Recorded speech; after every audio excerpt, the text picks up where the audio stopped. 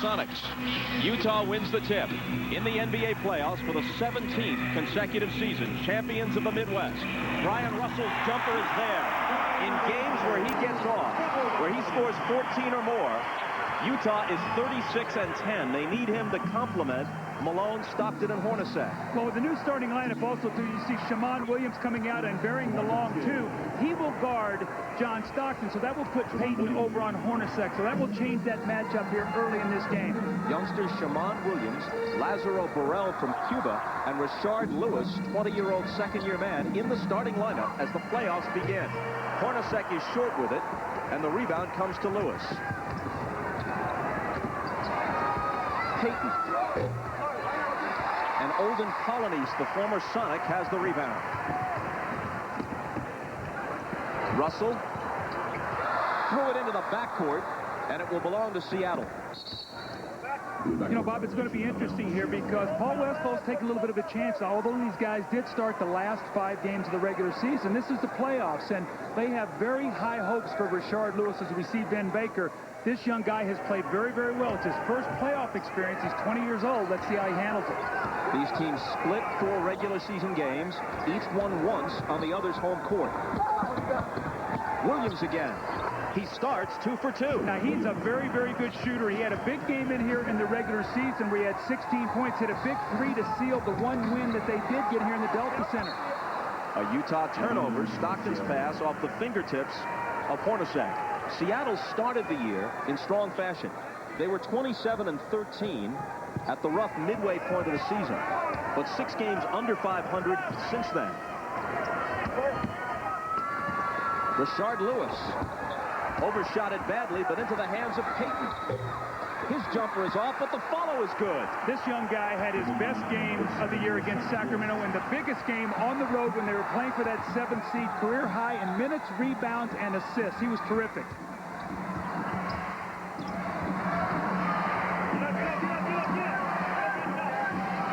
Malone hasn't had a shot yet. That changes as he races through the lane and is fouled. He'll come to the free throw line, which is familiar territory in the entire history of the NBA. Only Moses Malone, no relation, has attempted more free throws. You know, Bob, it's amazing. When you look at this man's numbers now, he's gone through 12 straight years with over 2,000 points. Obviously, that's 24,000 points. And to do that, you would have to play in 82 games a year and average over 24 points. So you're talking about the consistency, the durability, what this man brings every night. And he and John Stockton play every game. And when they do, they put the pressure on their teammates not to miss. So when you look at this Utah team, their top 7 guys miss very few games. That's very key to having a successful season. And they went 55-27, 10 games better than the 45-37 Sonics. Seattle by 2. Here's Payton. Missing from the head of the key.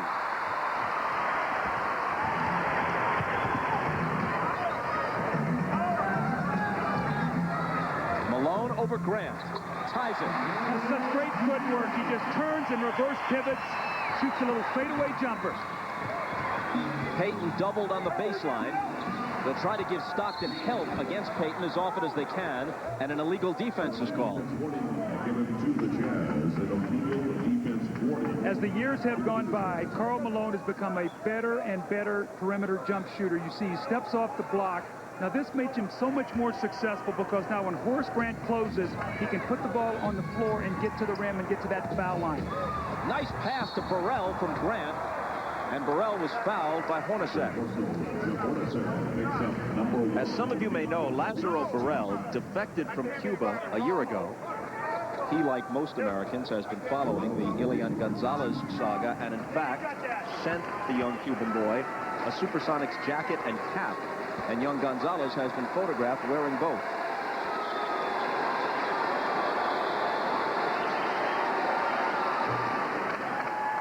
If this lineup will work for Paul Westphal, if he can start these young guys, it gives them more energy to start the game. And then he can come in off the bench with Vin Baker. It relieves the anxiety of Vin Baker, who's gone through some problems with depression right now. But more importantly, Vin Baker then is playing against a second-line player. He gets off to quicker start, so this could really help them. Shammond Williams, talk about getting off to a quick start, buries a three as Baker applauds. The Sonics lead at 10-6. Williams has 7 of those 10 points. Stockton cutting, draws a crowd. Russell's open. Would have been a two-pointer. Stockton recovers it, and it rattles out. Malone was fouled as he tried to go up with a third try. On the season, Utah is not a great offensive rebounding team. One of the reasons they shoot such a high percentage, they're not a great offensive rebounding team, but in the series, in the 4-game series, they've gotten over 16 offensive rebounds a game, which is critical to get them second shots. Secondly, as you look at the Jazz's numbers here, it's interesting they're one of the best shooting teams in the league, but they don't get a lot of shots, Bob, because they don't run as much as they used to, so their scoring is down, but their defense has been terrific. And if you want to look for a key into today's game, if the Jazz make over 20 free throws, they have won both games against Seattle. In the losses, they have not been able to do that. So that free throw line will be very, very important for them today.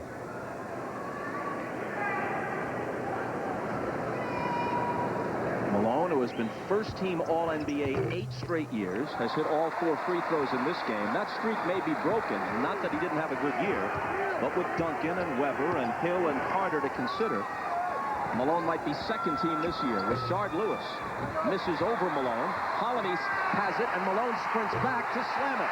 See, that's what you've got to do now. These young guys, this Utah team will run very selectively.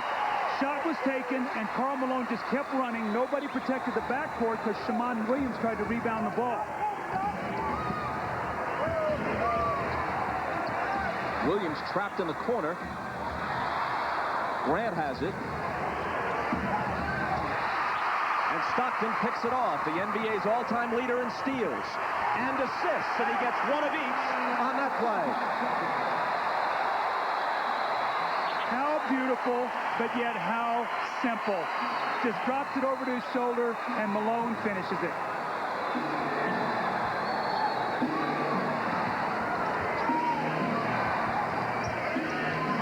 Shammond Williams hasn't missed yet. This guy, what a sweet jump shot he has. In his second year out of North Carolina. Malone again. Cooling off a bit, and a whistle as Polynice pulls in the rebound.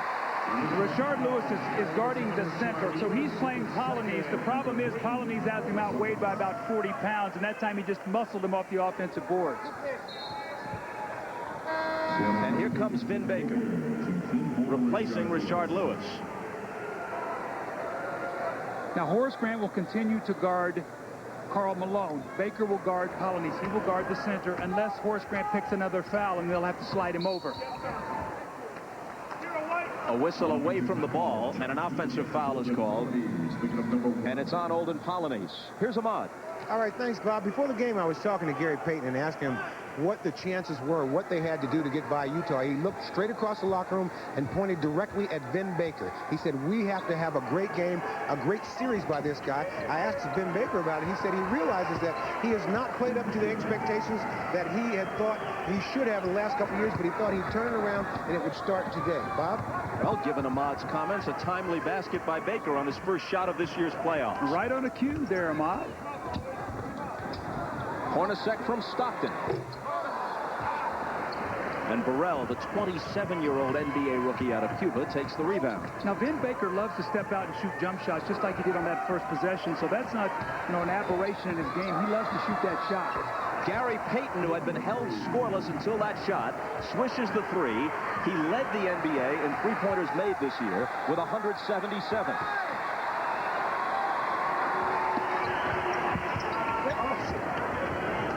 Here's Stockton. And Payton takes the rebound.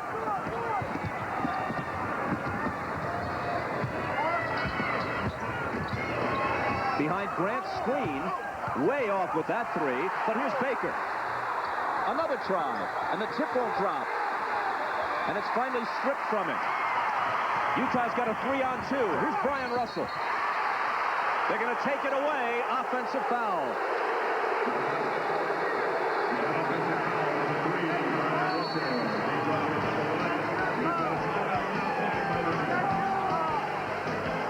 Stockton and Malone was something we've seen all but the last 14 or 15 years in the NBA. But Vin Baker comes right off the bench, steps out.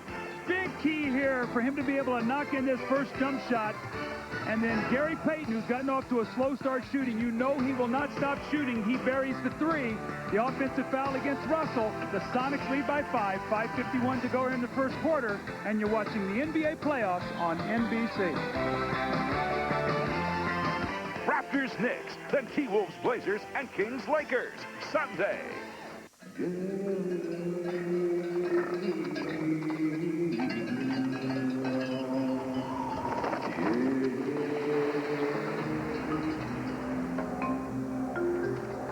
Getting legendary capability doesn't mean spending everything you have. In fact, with Jeep Cherokee Sport's surprisingly affordable price, you may even have a little change left over. Now get all this at no extra charge. Feel fear. See evil. Go Cyclo.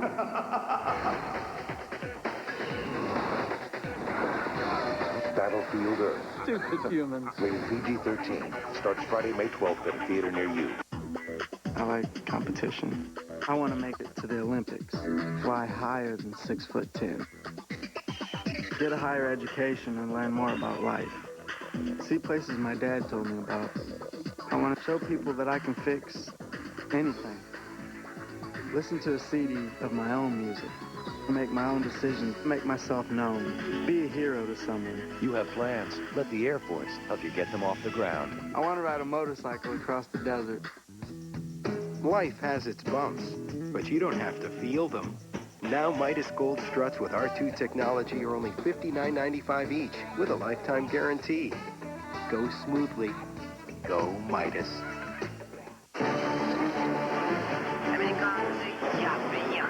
Take her down now. Amerikanski! Rock and roll! I'm here to stay! You left everything behind. Your family, your country. Why? В моей стране ничего нет за бесплатно. Не буду платить за интернет-акс. What's he saying? He wants net zero. Well, of course he does. Free internet access. Net Zero. The NBA on NBC is brought to you by 1-800-CALL-ATT for collect calls. By the motor oil that provides maximum protection. Castrol GTX. Drive hard. By Net Zero, defenders of the free world. Free internet access forever. Call 1-800-DEFENDER. And by Sprite. Image is nothing. Thirst is everything. Obey your thirst. Sprite. On a beautiful Saturday in Salt Lake City, the Sonics start quickly against the Jazz, up 17-12. If a 7 beats a 2, it's certainly an upset, but it's not unprecedented. Since the NBA went to the present playoff format in 1984, the 7 has beaten the 2 4 times. The 8 has beaten the 1 twice. Well, I think when you listen to everything that the Jazz was saying going into this series, they were so concerned about if Gary Payton throws up big numbers, they can win this series. But he's gotten off to a slow start, 1 for 5. It's been Shammond Williams with 9 points, who's really given his team a big spark here to start this game on the road. Here is Vin Baker, guarded by Polynice. Shammond Williams will let it go, and it will be clean as a whistle again.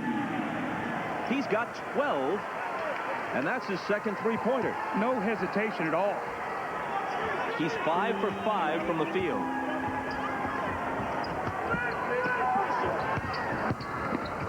Stockton through a crowd. Up top to Russell. Back to Stockton. The rebound to Grant, who had board position on Malone. Shammond Williams to Payton for 3. In contrast to Williams, Payton is now 1 for 6. Now, Bob, interesting here now, Jerry Sloan has taken Jeff Hornacek out of the game and come in with Howard Isaac. They have two small guards. Normally it's John Stockton that goes out at this time, and he gets his rest. He's doing this with Hornacek now because of his knee. So trying to buy him rest. The problem is you've got two small guards on the floor right now. Utah has been hurt with bigger guards. Can Payton take advantage of that?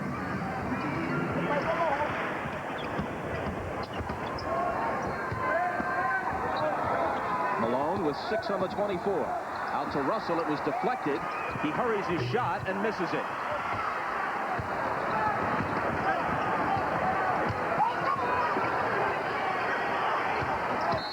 Here's Baker spinning baseline and drawing a whistle. Utah has uncharacteristically missed some wide open shots. Stockton's missed about 3s. When Brian Russell a couple, you would expect as time goes on they'll start making those shots. Here comes Ostertag to replace Polynice, who sits down after committing his second foul. Brent Barry comes in. Lazaro Burrell out for Seattle. And you would expect Ben Baker to go out on the perimeter against Ostertag and look for that little jump shot. Shammond Williams to Payton. Trying to shoot his way out of it. Now 1 for 7. Ostertag had it knocked away. Touched last by Seattle. Polynice and Ostertag combine in the pivot for Utah to average about 10 points and 11 rebounds. Well, Ostertag really has played well, I thought, over about the last 50 games. He's 9th in shot blocking, so he's given them that presence inside that they've always needed from him. Hold on, says Bennett Salvatore, working the game with Ronnie Nunn and Greg Willard. There's a Seattle foul on Horace Grant, and that'll be his second. Now we'll see. Will Ben Baker slide over and play against Karl Malone with Horace Grant picking up a couple fouls and Greg Foster coming in? Or will they allow Foster to play him? Now remember, Foster played here in Utah and knows Karl Malone and his Jazz team very well. So we'll see. Looks like Foster is going to play against Malone. They're trying to keep Baker out of foul trouble. Malone, an off-balance shot, then ends a 4-minute scoring drought for the Jazz. One thing that surprised me about the start of this game for Seattle is Gary Payton is shooting a lot of threes. Now, I know he does a lot, but to get himself going, I would think he'd try to maybe drive and get in there, get something close to the basket like that, or to get to the rim. They worked it around the perimeter, and Foster traveled the first time he touched it.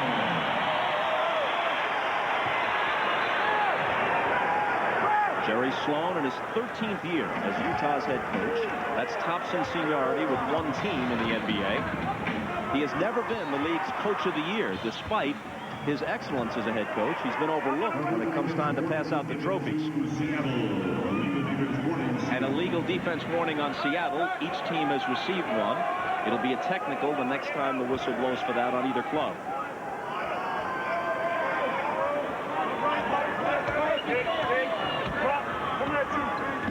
Russell posting here against Gary Payton.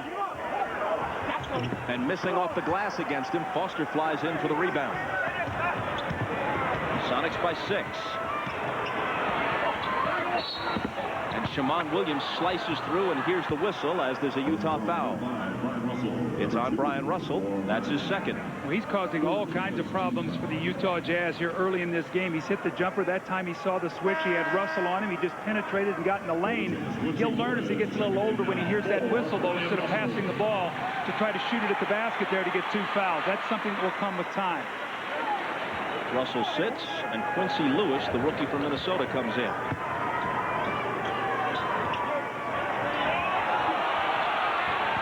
Baker into the lane, blocked away, and Malone has it.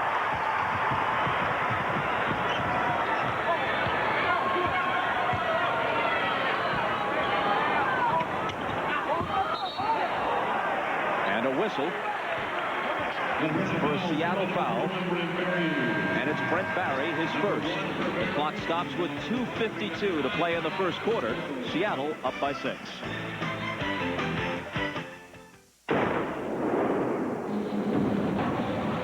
Chrysler Concorde, 4-wheel independent suspension, and a powerful V6.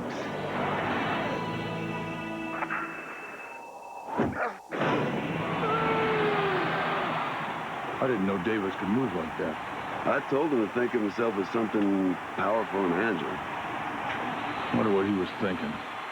Now get 1,000 cash allowance on the Chrysler Concorde. On May 5th, the battle begins. Russell Crowe, Gladiator, rated R, starts Friday, May 5th. Can Sprite make you a more extreme mountain biker?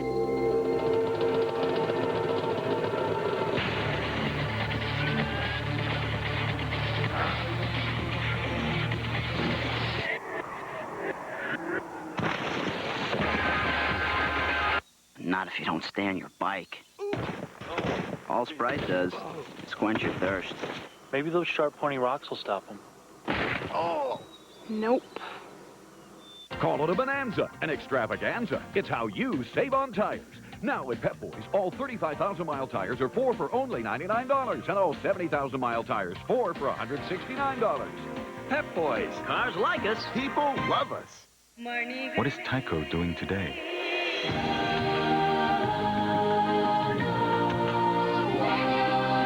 We're making flow control and treatment systems,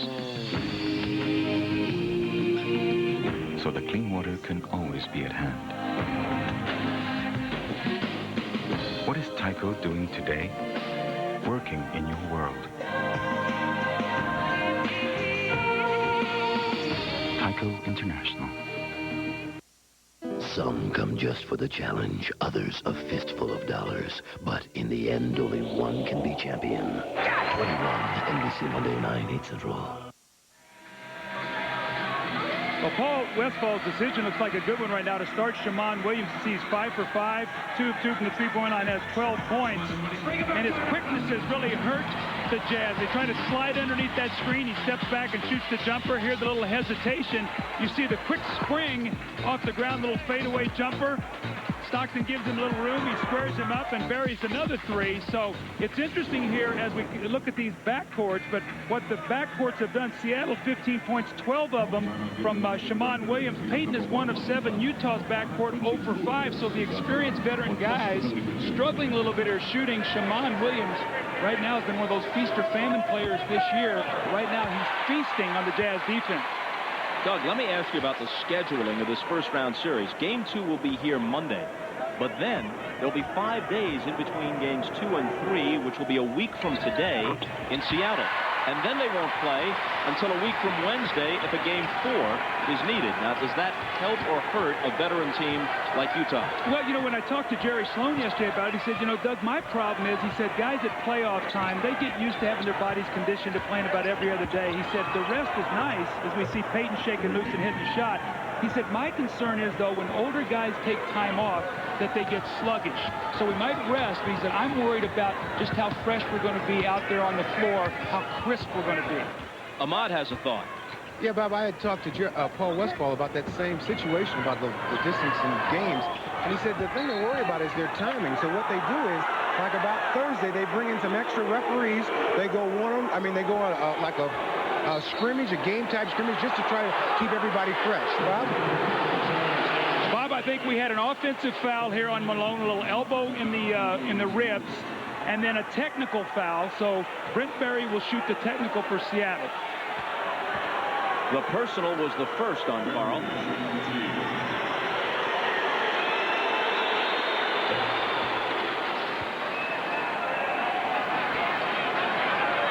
Little jostling there with Foster. And Malone, watch his elbow here. Right there, he sort of shoots that right elbow out, and Ronnie Nunn catches him for it. Then he goes over, complains a little bit, and also gets a technical foul. Here's Peyton to the hoop. Blocked by Ostertag. Isley sprints out of the pack to Quincy Lewis. A little contact, no foul. Stockton picks it up.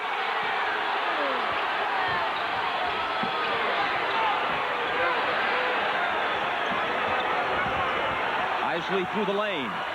The jumper from the side is good for Lewis. Now, when you think of Quincy Lewis and his development, Bob, think about Brian Russell and how he's developed here in Utah, and also Shandon Anderson. Shandon Anderson left as a free agent. He went to Houston. Quincy Lewis, they drafted in the first round out of Minnesota. They are hoping they can develop him into that kind of player.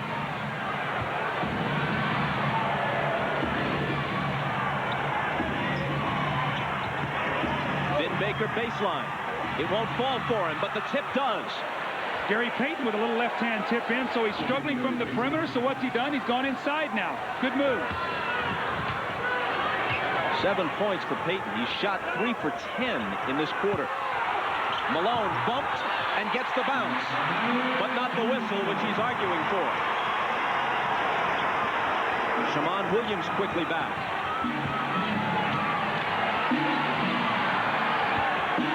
Vin Baker, left hand, Ostertag snuffs it out. His second block. Malone. And the rebound to Payton. Well, Karl Malone's really trying to draw fouls that time. He jackknifed himself in and missed a shot. And here's Vin Baker who's going to be called for an offensive foul. Game is really heated here early, Bob. You can feel the tension and the emotion here early in this first game. People knowing that when you win this first game of a series, you win about 80% of the first-round series when it's a 5-game. But watch the left arm here of Vin Baker pushing off on Ostertag. Baker now 1 of 6.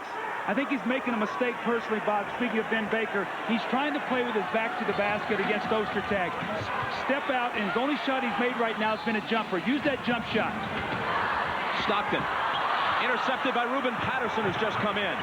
He's got Payton on his right, but a foul is called as the pass is delivered, which might not have been a bad play by the rookie Quincy Lewis, because it was a certain 2 points for Payton. It was a very good play. That's a good call, and really what should have happened, Ruben Patterson should have had his head up off the dribble, and if he had done that, he would have seen that Gary Payton was flashing down the floor. He could have bounced him the ball and got a layup. So, I'll tell you one thing we've seen here early, Bob, both of these teams have gone to their benches quickly. You look out there right now, no starters at all for the Utah Jazz, and no starters at all for the Seattle Supersonics. So we have both, Gary Payton is still on the floor. Otherwise, we have 9 bench players in the game already in the first quarter. Of course, in Seattle's case, Baker and Brent Barry are newly designated bench players who've been starters much of the year. Ostertag with his 3rd rejection of this quarter. Well, you know what they're going to do here. They're going to go high screen roll, and if they help out, be aware on that weak side of Quincy Lewis or Isley shooting the jump shot. Isley to the basket, banks it home with 3.6 on the clock.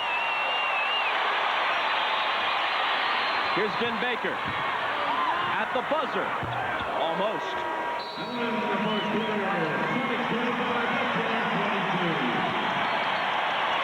Shammond Williams had 12 in the first quarter for Seattle. Karl Malone scored 14 of Utah's 22 in the first period. The 7th-seeded Sonics leading game 1 after a quarter, 25-22. And you're watching the NBA playoffs on NBC. It's too hot to move. Whoa, look at her. Hello, kitty. I think I'm in love. I'm going in. I've been waiting for you all my life. Will you marry me? You're really sweeping me off my feet. Welcome to paradise, boys. Coors Light, frost brewed at the edge of freezing. Men are sheep. Never once did your car ask you for jewelry or flowers. Never once did it ask you if it looked fat, or did it get mad at you for leaving the seat up. Your car always gives you exactly what you want. Doesn't it deserve something special in return?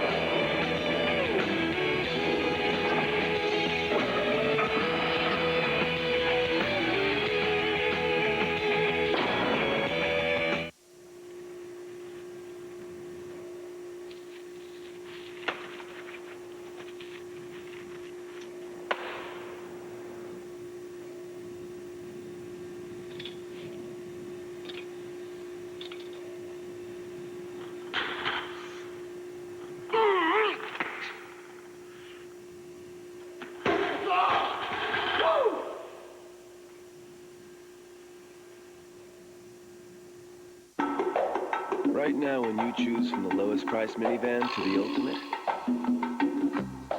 you can get $1,500 to $1,750 cash allowance, or 1.9 financing on a new Chrysler Town & Country, and the popular Voyager. Now get $1,500 to $1,750 cash allowance or 1.9 financing on all new minivans at your Chrysler and Plymouth dealer today. In truth, I shortchanged Greg Ostertag. He's been officially credited with 5 blocks in the first quarter. Alonzo Mourning leads the league, averaging 3.7 blocks a game. Well, I think what's really helped Ostertag, too, is with Olin Colonies now being on this team. He comes off the bench now. He's not got the pressure to start. He comes in and plays with high energy, doesn't try to pace himself, and you can see what he's done here with the 5 shot blocks. Well, it's interesting. You look up here at the scoreboard, 25-22, and if I would say to you that Baker and Gary Payton were a combined 4 for 18, you would say there's no way you would think that the Sonics would be winning. That's a big first quarter led by Shammond Williams. Here's Payton back to work with the floater, and the second quarter starts in hopeful fashion for him. See, it's just a matter of time with Payton. He's not going to stop shooting. He's been through these stretches where he's missed 8 or 9 shots. He will keep shooting the ball and eventually go through a stretch where he'll hit 5 or 6 in a row. He's now 4 for 12. Here's the veteran Armin Gilliam, midseason free agent acquisition, hits the hook. When they lost Shannon Anderson, they needed a second guy, a guy off the bench that could be a low-post player, like what Shannon Anderson did. That's what Armin Gilliam is doing. Off the bench, they post him up a lot like they did Shannon Anderson. Payton starts the second quarter, hitting 2 straight. We all know Shaq will be the MVP. Take him out, you could make a case for Payton. And the great all-round season he's had. Isley. Ostertag with the tip. That was all set up because Ben Baker tried to come over and block the shot. When he did, nobody there was to block off Ostertag off the glass. You see Payton is starting to get that energy. He's getting himself worked up.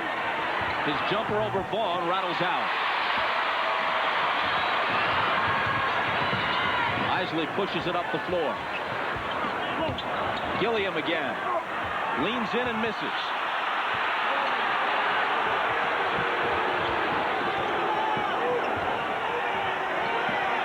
Greg Foster. Short. That's not a good shot, Joe. That's too quick. And beyond his range. Very good point.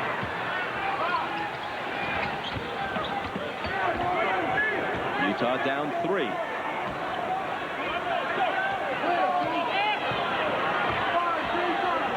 This could tie it, but Isley is off. I think they've got to try to establish Ben Baker here. He's really struggled. Get him a look down at that low post. Ruben Patterson. They swing it around to Brent Barry, and now Baker. Isley almost lost it, got it back. Here's Jacques Vaughn. Sonics look to run. They've got the numbers. Payton dishes to Patterson. Count it plus the foul. Now that's Ruben Patterson's game right there. Getting out and running. He's a high-energy guy. Got off to a great start here. People were talking about him maybe being the 6th man of the year. Tailed off a little bit, but it's coming on strong here now at the end. Gary Payton, we know, struggling on the outside. Get to the basket. A great floating jump shot over the outstretched arms of Greg Ostertag. And this is when he's in his best. In that open court, eyes up, little handoff to Ruben Patterson. The nice finish, opportunity for 3-point play. And Ruben Patterson, out of obscurity with the Lakers to a prominent role with the Sonics, gives them a 5-point lead. Teresa Weatherspoon at the buzzer, a 3. Oh, she put it in! Just a minute. Poor baby.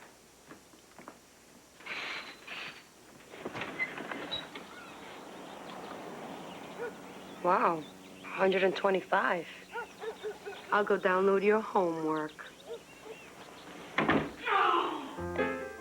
The Microsoft Connected Learning Community.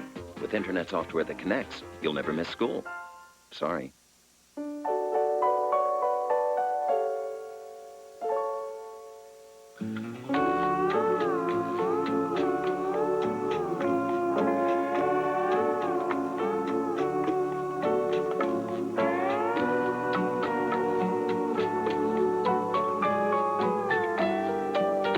Dad-approved V6 7-passenger enormously powerful Odyssey from Honda. It's one big happy minivan. There's a moment in every race. In every game. In every 60 minutes.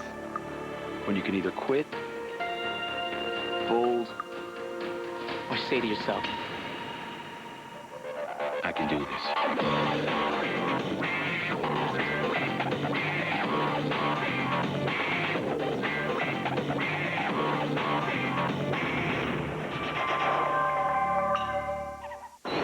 30 years ago, John Sullivan lost his father. Now, they'll reconnect in the past. This is Frank Sullivan. Dad, is it really you? It's me, John. For a chance to change their future. I don't know how this is happening, but you're gonna die tomorrow. If you just gone the other way, you'd be alive today. Oh, my God. What's going on? Are you still there? Frequency. Hello? Rated PG-13. Starts Friday, April 28th. The NBA on NBC is brought to you by Killian's Irish Red, which reminds you one look says a lot. By Honda, a winning lineup of cars, sport utility vehicles, and minivans. By Uniroyal Tires, tried and true. And by Adidas, long live sport. Let's take a little look at the Utah Jazz's season as it played itself out. In the first 15 games, 8-7. Now, they've tried to bring Russell off the bench to make up for the loss of Shannon Anderson. In 19-5, 6 losses in a row, 20-3, then 8-6. They tailed off at the end, resting their players. So, Bob, they had a stretch in the middle of the season where they were 39-8. The rest of the season, 16-19. So that one stretch gave them that 55-win season. But once again, you see Stockton and Hornacek, and those two guys are sure going to have to come back in here after being 0 for 5 to start this game. Jerry Sloan, one of the best coaches in the NBA. Nobody knows his team better than he does, knows what they need, and really giving his bench a chance here to give those guys a rest. Reuben Patterson can't tack on the free throw, and it remains Seattle by 5.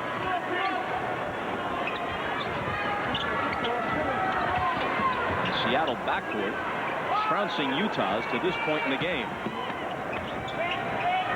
Isley around Barry with the floater. Too hard off the glass.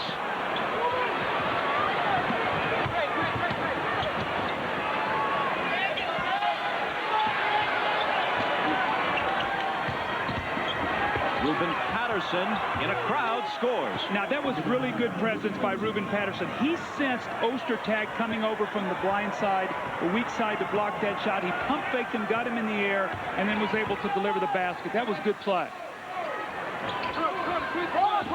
Seattle by 7.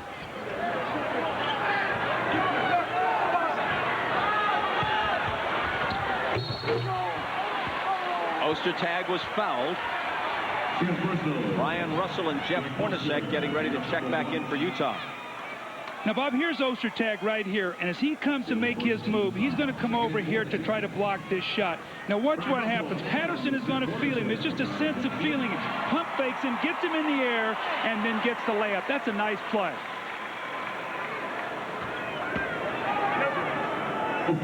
In 4 games against Seattle this year, Ostertag, fairly typical for him, has had 2 strong games and 2 where he was a non-factor. This Thursday at 7 Eastern, you can log on to NBA.com for a live webcast of the NBA.com Celebrity Fashion Show, featuring celebrity models Carmen Electra, Ice Cube, Roy Jones Jr., Elton Brand, and Rebecca Lobo. The show will originate from the NBA store in New York City. What, no Bill Walton?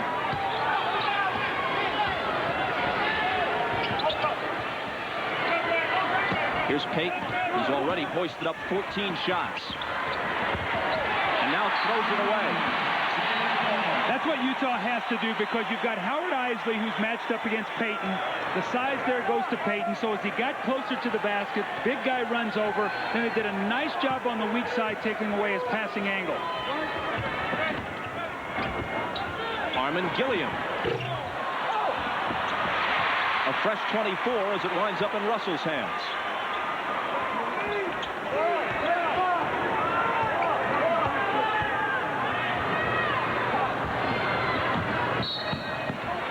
And Ronnie Nunn blows his whistle to stop play with 7:47 to play in the half.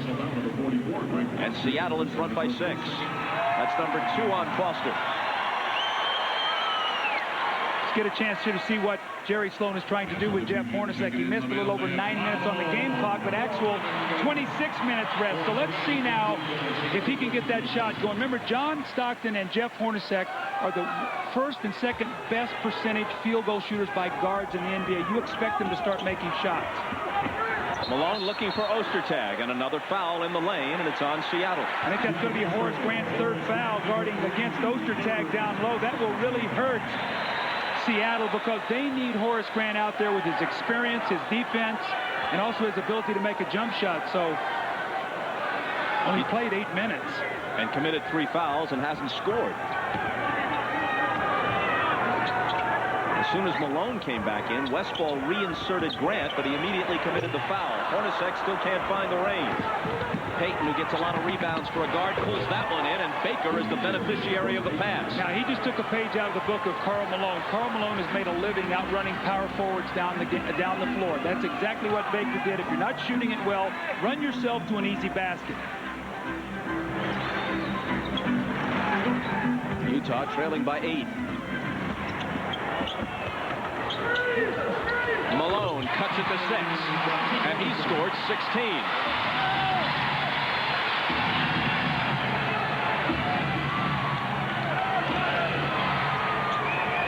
Payton, just inside the three-point line, he misses it, and Isley takes the rebound.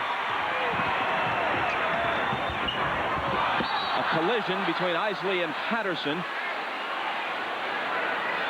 And the foul is on the Sonics, number 1 on Ruben Patterson. Ben Baker talked yesterday. He said, I think the best power forward of all time is Karl Malone. Well, again, he gets out and runs on the break, and then what happens? Karl Malone follows it up. He works against the vision of Ben Baker, steps out, and you can make that jump shot. It makes you such an effective player as a big guy. You're watching the NBA playoffs on NBC.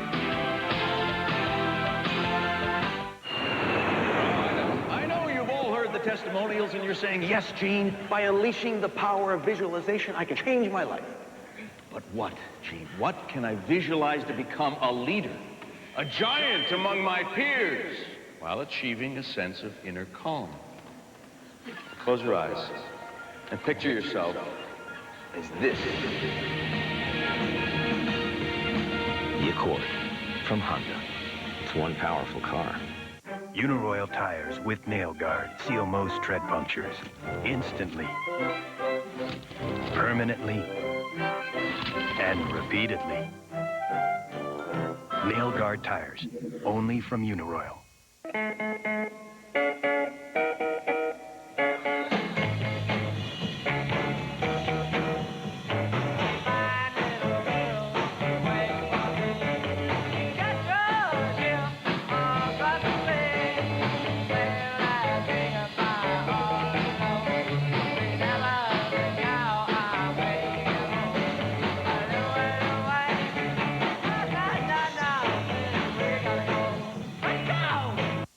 I'm writing because I have a very close friend who's being verbally abused by her parents.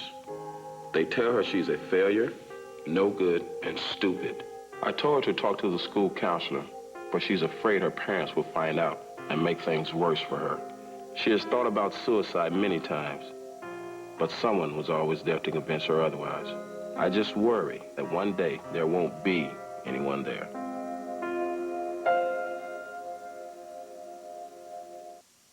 Sunday at noon Eastern, an NBA playoff tripleheader.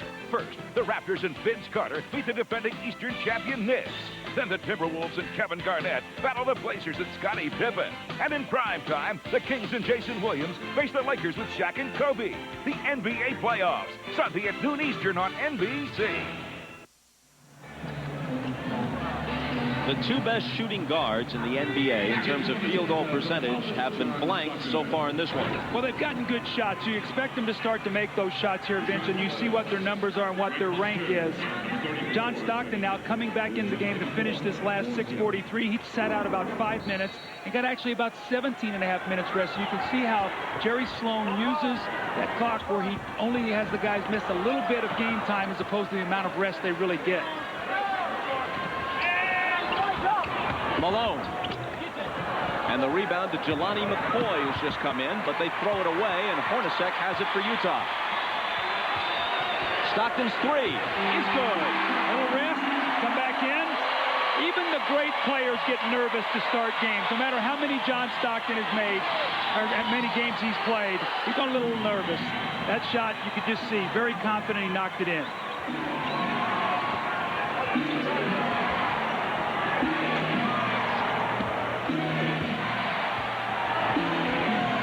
Brent Barry, his three is good. That's what he does. Spots up, gives him a great three-point presence out there on the floor. Brent Barry shot over 41% at 164 threes made on the season. Seattle up by 6 and a whistle at the other end. You know, Ruben Patterson, Vin Baker, and Brent Barry have all had a great attitude since being demoted from the starting lineup. In a sense, this has really worked for Paul Westphal because when they come off the bench, they've actually played well. Well, I think what's happened also, too, the team played well. And when the team plays well and you don't respond to it in kind as being a team player, that's when you really appear to be selfish. And that's the last thing that Seattle needs. With all the turmoil that they've gone through this year, they needed some guys to say, you know, we've got to settle this down a little bit. And there is a rarity on the technical foul for the second illegal defense against Seattle. Hornacek misses the free throw. During the season, he made 171 of 180. Had he made 2 more, had he made 173, he would have passed Mahmoud Abdul-Rauf and Calvin Murphy and had the single best free throw percentage for a season in league history. Now he misses from the floor, and Malone tried to knock it off a Seattle player and succeeded. We always talk about those energy and hustle plays around the playoffs. You see Karl Malone, how many playoff games has this man played? He had 2 Seattle Supersonics watching the play. He just out-hustled them. Let's see if he can get his team 2 points. Almost throws it away over Hornacek, recovered by Russell. Interesting front line now by Seattle out there. You've got Greg Foster and Jelani McCoy, so not a lot of points there. They're going to have to give him some defense. Stockton to Malone. They've seen every kind of defense you can play against screen roll. Whatever you show them, they counter it. Other than I love this game, that phrase, Stockton to Malone, has been heard more around this league than any other. Payton is short with it.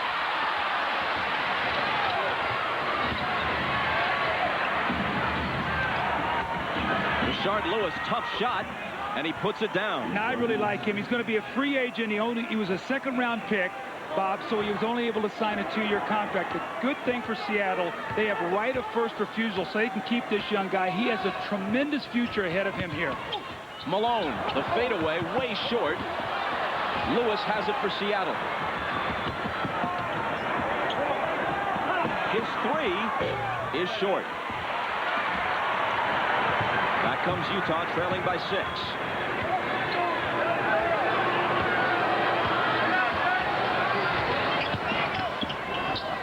Out of the corner, Russell. Ostertag to follow. Doesn't get the roll. Another try, and he makes sure. Boy, Greg Ostertag, how tremendous has he been in this first half? Not only with his shot blocking, just his presence on the offensive boards, keeping his team into the game, down only 4 now. 5 points, 5 blocks, 4 rebounds for Ostertag. And he makes McCoy miss, and Lewis can't hit the follow. And Brian Russell rips it away from him. Hornacek still hasn't hit one. 0 for 5 from the floor, and a missed free throw thrown in. Payton weaves his way through, and Ostertag has another rebound. Utah with numbers. Stockton in the middle. It'll be Malone, and he was fouled. You knew John Stockton was going to go to Karl Malone on that play. He set him up until the last possible moment. Stockton going over and letting Malone know, come on, knock these 2 free throws in for us now. But nobody ever has been any better on the floor in the middle of a fast break than John Stockton. Knows exactly the right time to deliver the ball. Now Malone must knock in these 2 free throws. But the game right now, Bob, getting very, very scattered. I think that helps Utah here at home. First one for the 12-time All-Star and 2-time league MVP. So he has now outscored the rest of his teammates combined. Coming to NBC next Sunday, it's the 70s. For 4 Kent State grads of 1970, it'll be 10 years they'll never forget. From Kent State to Watergate to disco, a decade that changed everything except their friendship. The 70s, a miniseries coming to NBC next Sunday.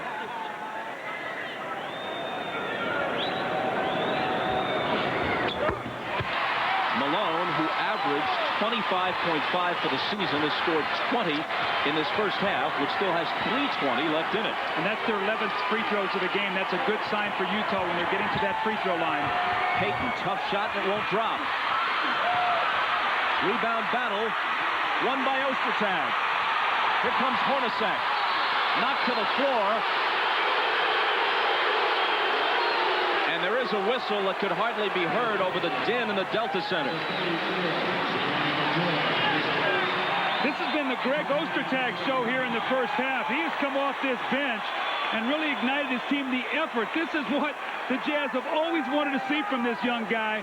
The second effort, the follow-up, the emotion. Now look at him go for this loose ball. Hanging in there, tipping it finally to himself, outlinging it to Jeff Hornacek, who gets called with a foul. And Jerry Sloan loves it. It's the guy right here, as combative, as competitive, as fiery as anybody you'll ever meet, and all he ever asked his team to do is play hard and compete. I can live with the results. Just give me everything you got. Which Ostertag is doing in this first half. Jeff Hornacek, whose left knee is just bone on bone, just trying to grit it out at age 36. In his 14th, and he says final year in the NBA. Hits them both, and Utah has come back to tie. Can Shammond Williams get it going like he had it from the start? Baker screening for him. Now Baker gets it back.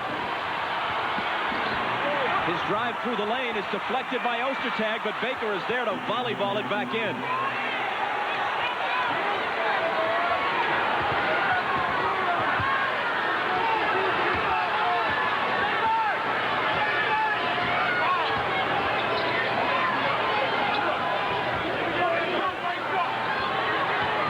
Stockton, 7 on the shot clock.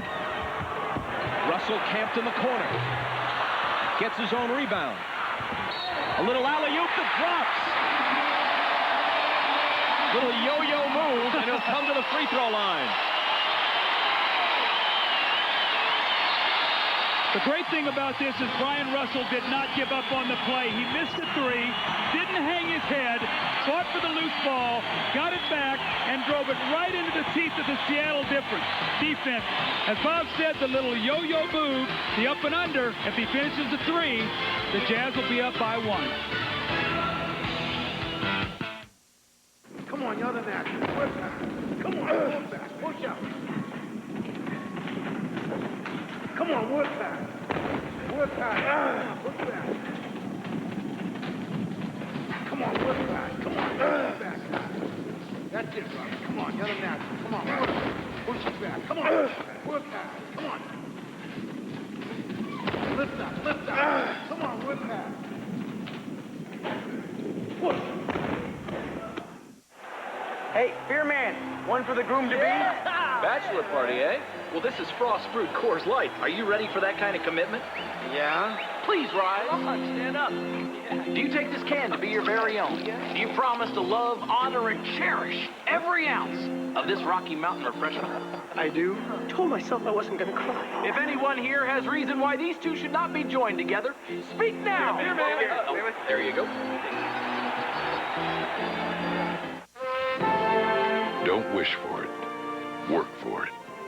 It's not a catchphrase to Dale. It's a way of life. That's why day in and day out, no one's more committed to getting the job done right. And what kind of a car does a man like Dale drive? Well, actually, he drives a tractor. But his son, a drummer in a local rock band, drives a Civic.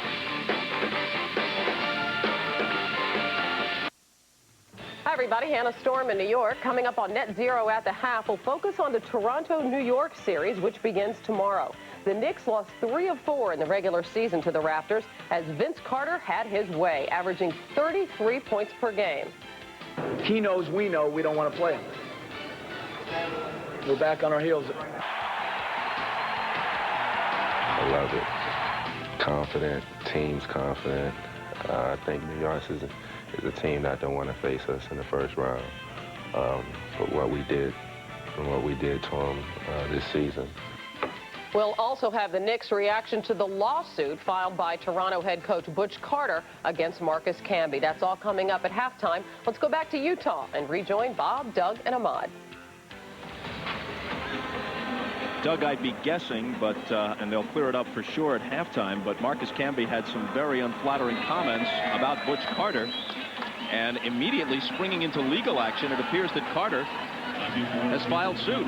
Yeah, a little surprising move there by Butch, and I'm sure that will be a little thing that New York can use to get themselves excited about this series. They're going to have to play well. Toronto has played exceptionally well, and especially Vince Carter. They've had no answers for him, as Hannah talked about there in the studio. Suing him, I guess, for slander. Wow. And I'll tell you what, when you consider some of the comments made by people in sports about other people in sports, if this is grounds for a lawsuit, the courts will be tied up from now until the next century.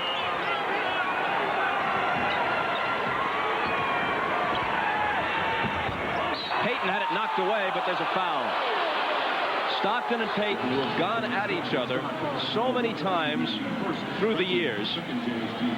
And the foul that time on Stockton. Now what Seattle has to be very careful about is standing around here looking only for Gary Payton, because the Jazz are locked into Payton right now. He has 11 points in the game, but he's 5 of 17. So you look at Seattle out on the floor right now. They've got Burrell, they've got McCoy, they've got Shammond Williams, Payton, and Ben Baker. Payton and Baker are going to have to do some scoring, but I think they've got to get Ben Baker involved here, or Shammond Williams has got to start making some more shots for them. A long one by Ben Baker is in and out. But Seattle retains it with Lazaro Burrell getting the offensive rebounds. Here's McCoy. He was fouled, and the basket's going to count. Wow, what a quick move by Jelani McCoy. Not a guy you think of with offense. Normally a guy who's going to shot block and give you some energy and rebounding. That was a quick power move. I think he surprised Ostertag and Malone. The little step through, then up and under. He hangs in the air. I think they felt that was an offensive foul as he pushed off with his left arm. You see Jerry Sloan saying that's an offensive foul, pushed off. Seattle gets the call, and they go back into the lead by 1. He's not able to knock in the free throw. But Shammond Williams grabs the board. Here's Burrell. It's a 4-point trip down the floor for Seattle. How about these young guys, Burrell and Shammond Williams and Rashard Lewis, what they've done in this game? With Baker and Payton really struggling offensively, these are the reason these guys are right now in the 3-point lead. Malone, red hot first half. He's got 22. And he shot 8 for 12. Burrell, contact, and he was fouled. That one, it appears, is on Ostertag. So I'm really impressed with this Burrell. I've really never seen much of him before in playing as an NBA player. The thing I love is fearless. He will go in there. He's got energy. He will go to that basket. He will take the hit. We saw him take an offensive foul on Brian Russell going full speed early in the game. He's fearless. Correction on the foul. It's on the rookie out of Kentucky, Scott Padgett. And Burrell misses the first one. You see what he's done in his 6 starts. He had a career-high 15, back-to-back 15 and 12-point games, and finished up the season against the Clips with 11. So games in double figures there. Very, very impressive for a guy who really doesn't speak the English language very well and has just had to pick up things by watching and trying to feel himself along. Utah looking to tie with a basket here.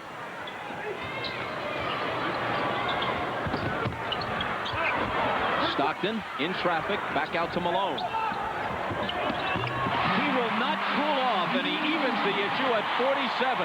He has 24 first-half points. How hard has he worked in his career to be able to be such a great shooter? Bob, almost 80% from the free throw line this year. Shot under 50% as a rookie. Baker in the lane. Padgett the rebound. Boy, Ben Baker's not even close on his shots. Hornacek weaving his way through, finding Stockton, wide open three.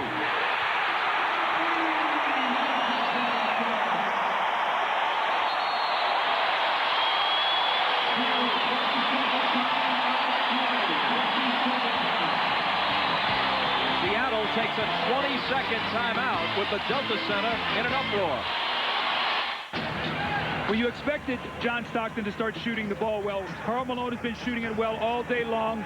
Steps out on that floor, and he's been hitting that outside jump shot more than he's really been posting up. And then Jeff Hornacek makes a great play on the break, drives the ball right up the back of the Seattle defense. Everybody gets collapsed in. Remember, Stockton missed his first 3 shots, comes back with a rest, buries an outside jumper, then the 3. Sonics trail by 3. Payton on the drive, cuts it to 1. Now he's 5 for 17 and just took a running hook shot over Ostertag. What a tough shot. You think he's going to be daunted by a bit of a cold stretch? Absolutely not. 20 on the game clock, 13 now on the shot clock. Stockton to Malone on the baseline. He was bumped and missed it. Ostertag looking to follow is fouled. See what's happened here. The reason Karl Malone did not get that call, and he's talking to Bennett Salvatore right now as they walk across the floor, but he's done that about 3 or 4 times in the game where he's jumped into the defense and tried to draw the contact and has fallen down. And the referees have not given him that call today. Bob, we've seen this about 4 times today, if I'm not mistaken, where a little pump fake there, he gets clipped, probably a foul, but he threw himself down, and the referees did not bite on that particular play.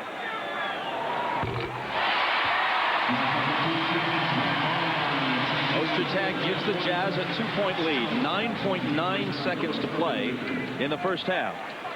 Now what Paul Westphal has done, he's coming in with his 3-point shooters. So if Payton penetrates, you've got Barry, you've got Williams, and Rashard Lewis can even shoot the 3, even though he's 6'10". So Burrell will be on the boards. They'll space the floor and let Payton try to get it to the rim.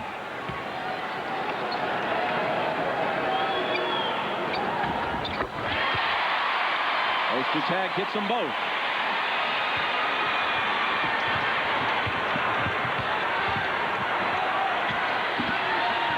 Payton, the last shot is off. The follow doesn't count by Shammond Williams. Payton's plea for a possible foul falls on deaf ears. Seattle, which led by as many as 8, trails by 3 at the half. And what a half for Karl Malone, who shot 9 of 14 and scored 24 points. Let's go to Ahmad. All right, thanks, Bob. Shammond, a tremendous start for you today. Were you guys going into this game looking to take those open jumpers you were taking earlier? Well, they just wanted me to be aggressive with the basketball and, you know, just play my style of basketball. And I was just taking advantage of what the defense was giving me. I wasn't trying to force anything. I was just taking the shots that they were giving me. I know one of the other things you want to do is push the ball as much as possible. Are you happy with that? Yes, sir. We're going to try to continue pushing the basketball because that's the style of basketball that we play. And hopefully it'll help us get a win and help us get on top in the second half. All right, good luck to you in the second half. All right, back to you, Bob. Ahmad, thank you. Stay tuned for Hannah Storm, Isaiah Thomas, Peter Vesey, and Mike Fratello in our New York studio with net 0 at the half. The Butch Carter lawsuit against Marcus Camby, we're told, is technically for defamation of character. They'll have more about that right after this. You're watching the NBA playoffs on NBC. In the free throw line, Utah again 14 of 16 plus 11 there. Ostertag, that's the best first half I've seen him have in a long time. And I think that the key thing with what Utah did was with Gary Payton, they didn't let him get anything in the lane. He started out shooting a lot of jump shots. He got 3 baskets in the lane, both everything done on the perimeter. So I think he and Ben Baker are going to have to get a little bit better shots in the second half. And Shammond Williams, can he and the young guys get him off to the start they got him in the first quarter?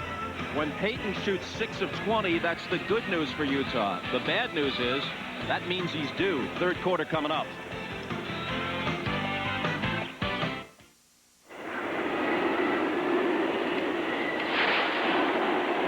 You want to be out in this? Well, somebody is. What happened? I need your help. I'm off the road. Chevy Silverado, with the most powerful V8 of any competitive 4x4 pickup. The 300-horsepower Silverado. The truck from Chevy. I gotta get me one of those. Head to McDonald's for a tender new crispy chicken or new chicken McGrill. Both have a surprising taste. Whoa, who has 2 great new chicken sandwiches? Did somebody say McDonald's? Life has its bumps, but you don't have to feel them. Now Midas Gold struts with R2 technology are only $59.95 each with a lifetime guarantee. Go smoothly. Go Midas. You meet a lot of nice people on the job. Hi. You know, restaurant credential, your wheel has a little tilt to it. I bring the computer with me to every stop that I go. That's neat. You bring everything with you. You don't want to keep the people waiting. You want to get out there for them right away. I think I'm getting a very good value with Prudential. I'm very happy with how quickly they come right out, look at my car, and cut me a check on the spot. Great. Lunch break. Sitting at a red light and bang. How's everyone okay? At Prudential, we just want to have a happy customer. We want to get their vehicle repaired and back on the road immediately. Now, NBC asks the question, what do you remember about the 70s? Saturday Night Fever. Afros, Studio 54, Richard Nixon going down in flames. It was the decade that changed everything, except their friendship. The 70s, featuring an amazing soundtrack next Sunday on NBC. Ahmad Rashad back at the Delta Center where the Jazz lead the Sonics 52-49, and Jerry Sloan, his main area of concern was just as you said, Doug, offensive rebounds. They got to keep Seattle off the boards. In terms of Paul Westphal, he said the thing they have to do is Malone is going to get his. The guy that keeps hurting him is Greg Ostertag. They got to keep him off the boards, keep playing hard. Good things will happen. Bob? Ahmad, thanks. And here we go in the second half. First two playoff games today on NBC. Low-scoring affairs. This one more wide open. Lewis lost it to Hornacek, and Stockton is gone ahead of the field, and it's Utah by 5. Now, John Stockton started out the game 0 for 3. He's hit his last 3 shots, so now 3 of 6. He has 7 points. So Stockton now starting to get his act together, hitting that shot that they need him to hit. Shaman Williams, and a foul. Olden Colonies hit with his 3rd. Actually, John Stockton has 8 points. He's hit 2 threes, so he has gotten himself, since he's got that little rest, he's got that shooting touch back.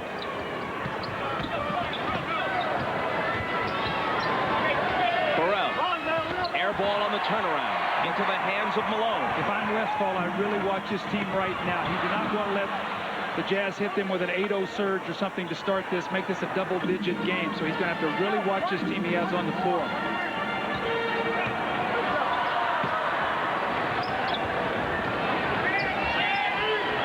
Four on the shot clock. Stockton up and under. Colonies chases it down. And Malone has 26 to lead all scorers. I tell you, if the Sonics come down this possession and don't score, and Utah does, if I'm Paul Westphal, I stop this real quickly. Utah is an arena that they feed off this crowd, a lot like Arco Arena where the Kings play. They love this crowd here at home. Utah's biggest lead. Horace Grant on the run. And that was Horace Grant's first field goal of the game. Remember now, he only played 8 minutes. He picked up 3 quick fouls. So they need Horace to sort of stabilize this team. That's what they brought him over here for, his championship experience, and have to make some of those shots. Russell lost it.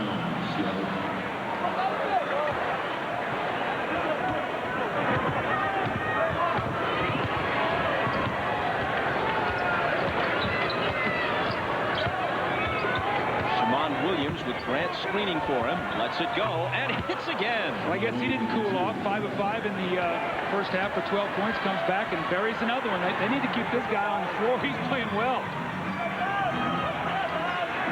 They are without Vernon Maxwell, who is not on the playoff roster. He can sometimes be a source of instant offense for them. Here's Hornacek, short with the 3. Russell to save it, but it's picked off by Payton. He dishes to Lewis. It's blocked, but the follow is good by Burrell. Seattle with this young team that they have on the floor. You know, Gary Payton's not young, but he's got more energy than all of us combined. But Shaman Williams, and you've got Rashard Lewis, you've got Burrell out on the floor. They want to keep the pace of this game up. Try to scramble the game as much as possible. Get those kind of hoops. And they're back within 1. Stockton. It spins out.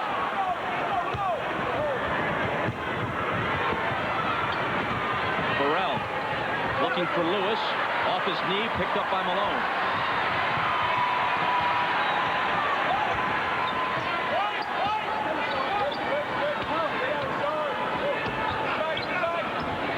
Russell left alone for 3. They almost dared him to shoot it, and he took the dare.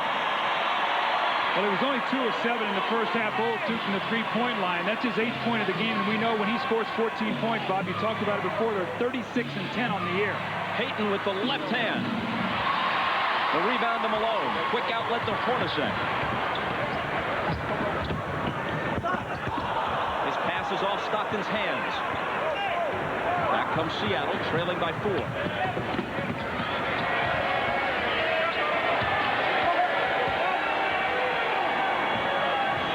Shammond Williams feeling it. In and out. That's his first miss. And Malone at the other end has 28 points. See, what happens is Gary Payton loves to play around the basket. Shammond Williams shoots the jump shot. So there's nobody to protect the backcourt defensively. Horace Grant starts to go to rebound, and when he does, you see him stepped in. Karl Malone just leaks out. We saw it twice in the first half. Here early in the second half, the Jazz lead by 6, and Malone having a terrific game.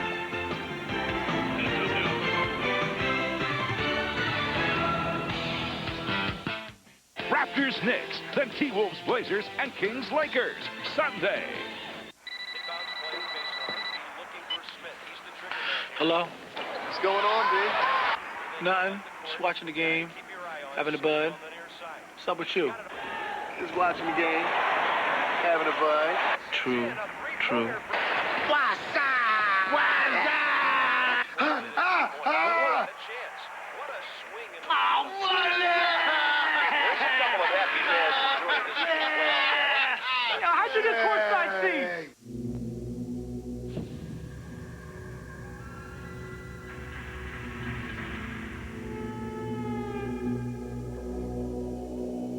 Announcing the world premiere of the all-new Chevy Tahoe.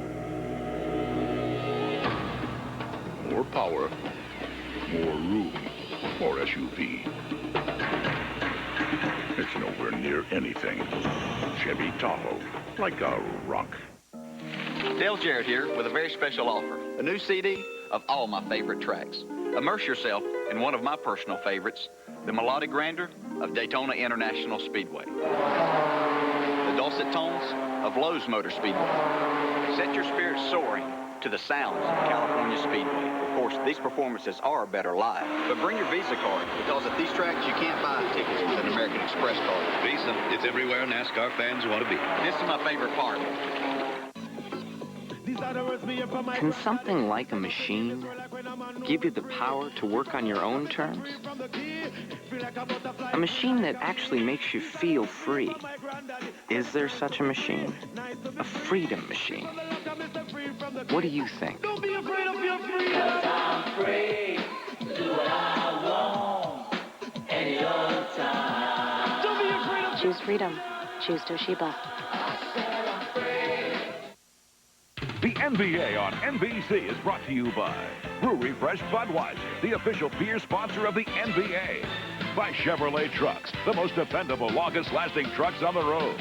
By Visa, it's everywhere you want to be. And by Nike. The Jazz lead by 6. We're going to show you this last possession. Shammond Williams is going to take the shot here. Here's your other guard. They're both buried. Big guys. When the shot goes up, will leak in. And Malone is going to watch how quickly he reacts to this.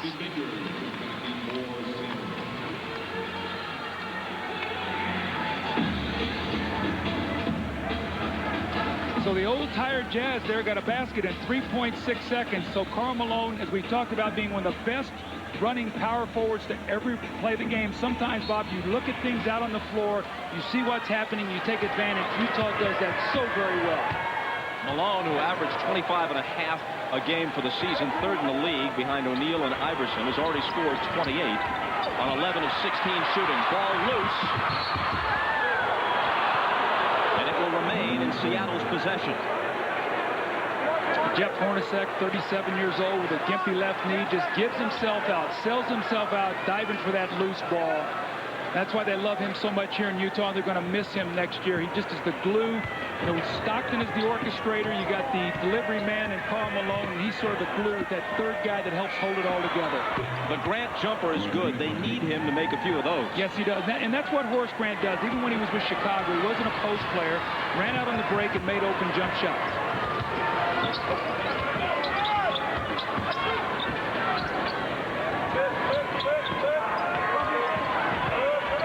against Baker. Out to Hornacek from Stockton.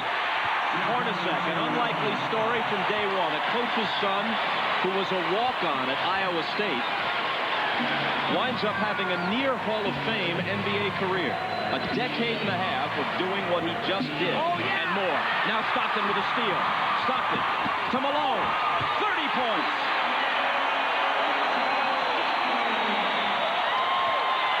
How quickly they change into the floor. Stockton got that steal, and Malone just in a dead sprint finishes it on the other end. Malone hobbling a little bit, collided with a cameraman underneath the basket. Payton's pass is loose, and Malone has it. Stockton in the middle of the break. Hornacek wide open for three.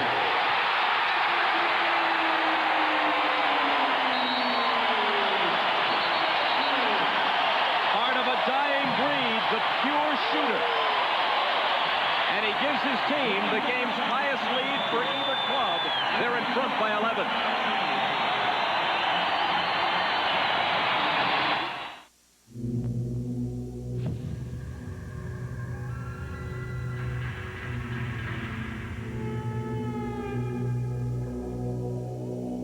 Announcing the world premiere of the all-new Chevy Tahoe. More power, more room, more SUV. It's nowhere near anything Chevy Tahoe, like a rock. Well, you know how you become the all-time assist leader in the NBA and steals leader. Just watch John Stockton in this possession here. He knows exactly where Hornacek is on the floor. Finds a little bounce pass wraparound. He gets the two-pointer, then the steal. And who is the man on the receiving end? Karl Malone, not even in the picture right now. Just sprinting down the floor, using his speed, delivers and buries Stockton underneath the basket.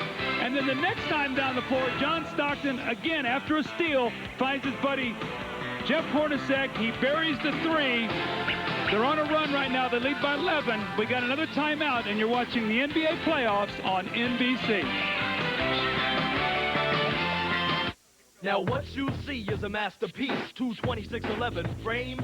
Forget the headlines, cause I'm one of a kind. Now pay attention to my game. See, I am KG. Always stay laced in my Nikes. My mind on one thing, championship ring. Come against me and score not likely. Inside, outside, looks like a triple-double tonight. And when all my shots fall, not surprised at all, cause I'm the player's delight. That's right. Inside, outside.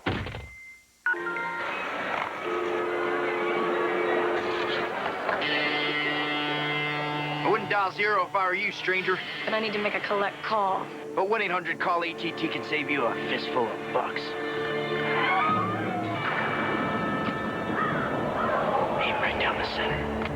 1-800-CALLATT. Come back, ATT, man, come back. You can save big bucks. Dial 1-800-CALL-ATT for collect calls. Hi. Oh, yeah, hi. You seem a little slow there. Well, I was stunned by your beauty. Buy you a Miller Lite, it tastes great. Sure, but I like it because it's less filling. Huh? Well, opposites attract. That's a good one. You want to go someplace and talk? Yeah. Grab a Miller Lite. It's Miller time. Rookie.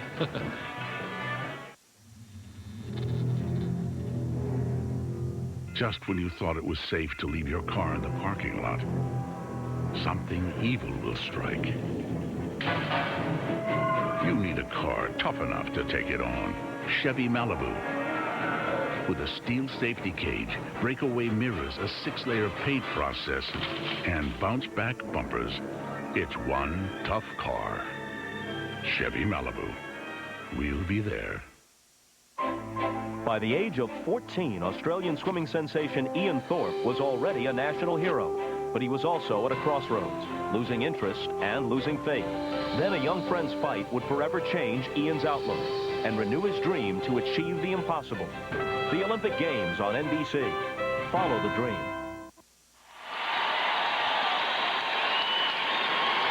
Looking at the numbers for the future Hall of Famers, Stockton averaged 8.5 assists a game this year, but remember, his minutes, by design, are down to about 29 a game. He led the league in assists 9 consecutive years in one stretch.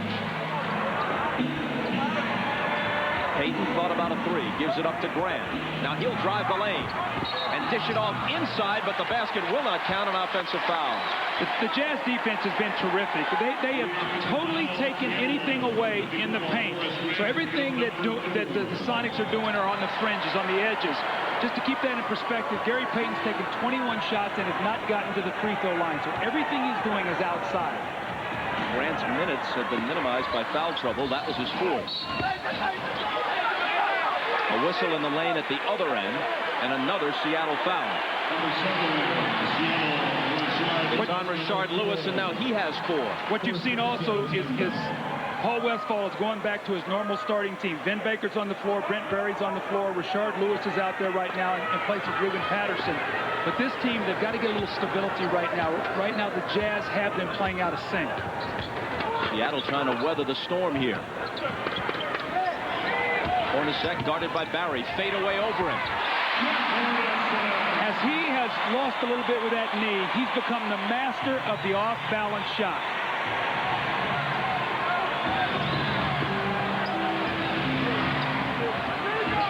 Vin Baker. His jumper. Overshot. The rebound to Malone. Again, everything on the perimeter. Utah by 13 and looking for more. A pull-up three by Stockton. Rebound to Polynice off the back rim. That's one of those old Larry Bird threes right there. He feels you on your heels, comes down and tries to give you a knockout punch quickly. That would have put them up 16. Russell drives the baseline and is bumped. The basket does not count. The foul comes before the shot. That's 5 on Rashard Lewis. Jeff Hornacek is not only a great shooter, he's a great off-balance shooter. And you can see there the fadeaway shot off the right leg, not able to turn the corner and get to the basket. Now again, Hornacek resting. Normally this is Stockton who goes out. Hornacek gets the rest. Isley in to play with Stockton. Malone from Stockton. John Stockton now has 9 assists. The entire Sonic team has 8.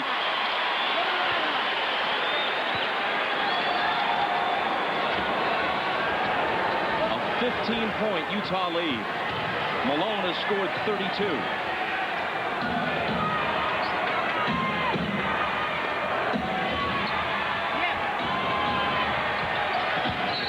Payton driving baseline on Stockton, who appeared to foul him. And that's number 2 on John.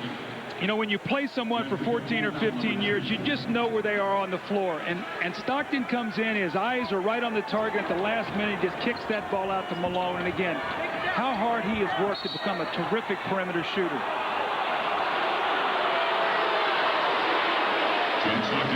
Another quick foul on Stockton, his 3rd. 2 great competitors, and Gary Payton, when you hear him talk all the time and you hear Stockton, both these guys have such great respect for each other's games.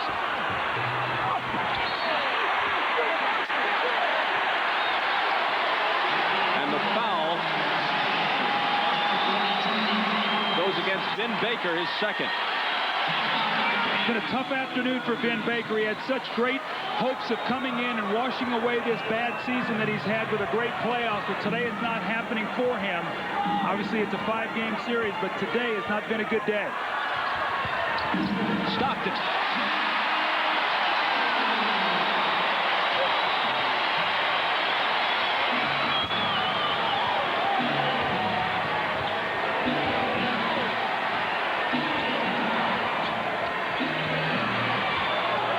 Everything is on the perimeter. Now he steps out. The clock is winding down. And Baker hits the little runner. It was actually deflected. It went in anyway. It would have counted because of offensive goaltending. Or rather, defensive goaltending. Vin Baker finally gets around Olin Polynice and gets inside. The little touch there, as you pointed out, Bob, would have been the defensive goaltending, but the shot goes in anyway.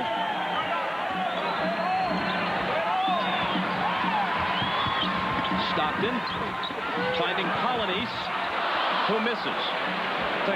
Almost looked like Olden was surprised by the pass. I tell you, you were just going to say what I was going to talk about is to see Horace Grant shoot the shot. But, Bob, if I played with Stockton, I would run around with my hands waiting so when he threw me the ball, I'd be ready to shoot it because this guy will find you.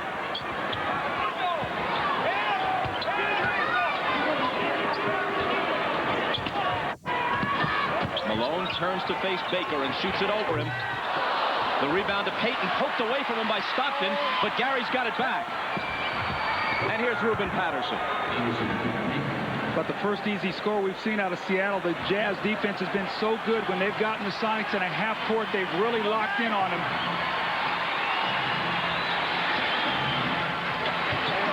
Stockton against Payton. Out to Russell. On the move.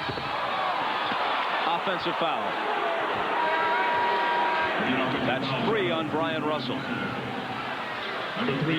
The Jazz led by 3 at the half. They're up now by 13 as they've controlled this third quarter. 2:42 left in it. Quincy Lewis will step into the game for Brian Russell again. This is the young guy they're trying to groom to be a backup for Brian Russell. Also, Armin Gilliam is in the game for Olden Polynice, so they're going a little smaller lineup here. Malone will be matched up against Horace Grant. Grant looking for Patterson and a Utah foul. It's Quincy Lewis, number 3. This will be number 3 for Quincy. Team foul number 4.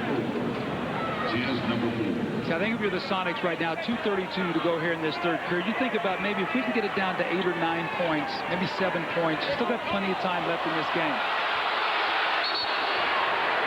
Hold on, another whistle.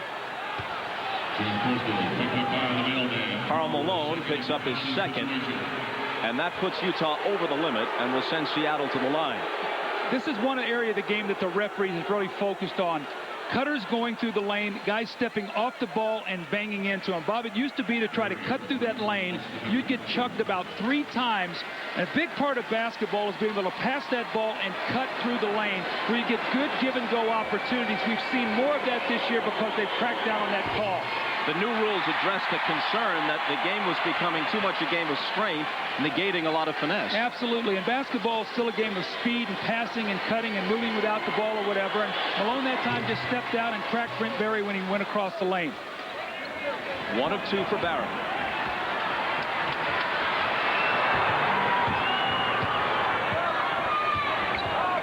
Here's the lob for Malone from Stockton. It was a tough finish, and he couldn't quite get it done.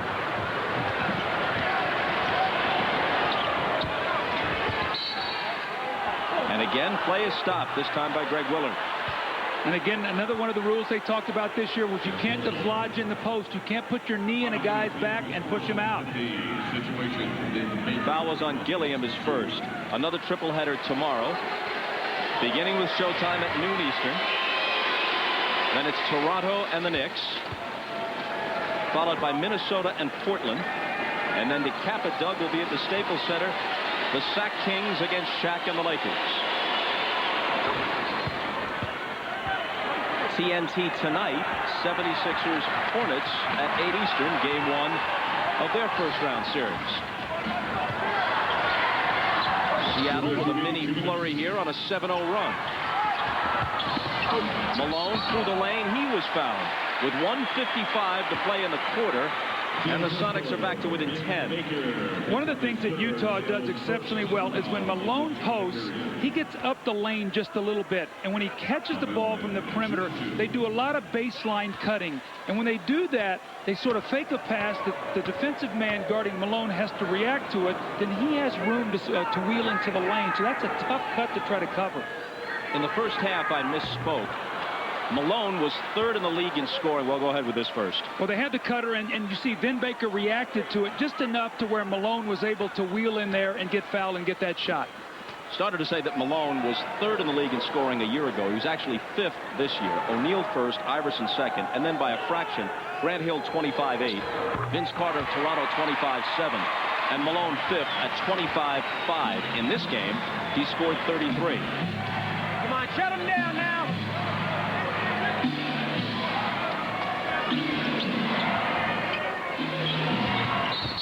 And Ruben Patterson was fouled. That's number 4 on Quincy Lewis. So the rookie has heard the whistle very often, considering the relatively small number of minutes he's played. Well, what's occurred here is Seattle, instead of shooting jump shots, they're putting the ball on the floor, getting inside, and as a result, they're getting some free throws. Scott Padgett replaces Quincy Lewis, and coming to NBC next Sunday, it's the 70s, a movie event with the hottest music of the decade, including Marvin Gaye, Three Dog Night, Jefferson Starship, Blondie, The Temptations, Billy Preston, Donna Summer, and more. What, no Norman Greenbaum? That's the 70s, a miniseries coming to NBC next Sunday. A little Spirit in the Sky there, right, Bob? Oh, good call, John. Here's Stockton. Around the perimeter, Padgett to Isley, straightaway three. Utah looks really, really good. After getting off to a little bit of a slow start, they are playing very, very well right now. Moving the basketball, a lot of assists per field goal. That's when they're at their best.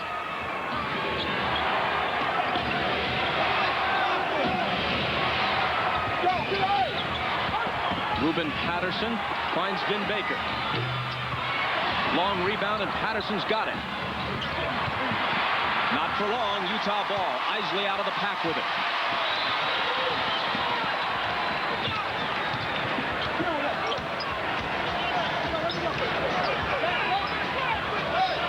Last 40 seconds of the quarter. Isley, another three. He's hit two in a row. Seattle had crept closer, but now Utah opens it back up to 16. Well, does Seattle go for a 2-for-1 here? Does Payton look for a quick shot? If not, Utah will get the last possession of the quarter. Barry tries to answer, and does with a three of his own. Shot clock will be turned off. About a little under 23 seconds to go here. We know what's coming. We know it's going to be Stockton. We know it's going to be Malone in the screen roll. And be careful on that weak side of a guy rolling up looking for that jump shot. They run this to perfection.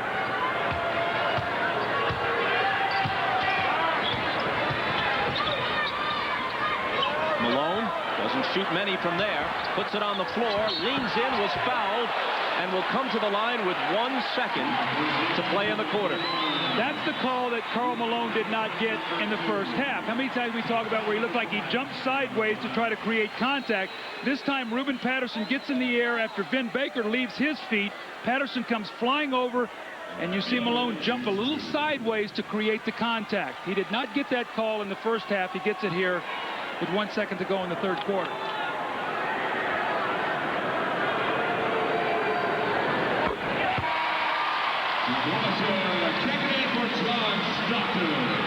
Now you say, Stockton's going out, 1 second to go. Why is he going out? Because he's going to sit down here, he'll get a little rest. Then there'll be the quarter timeout, which will lose no time out on the floor. He can rest him for however and then bring him back. So this is how you steal minutes resting a player. Maybe an extra minute and a half rest here before they get into the timeout. It was only a 3-point game at the half. It's a 15-point lead now. Breaking back is Patterson, and they almost stole a basket, but it's off his fingertips.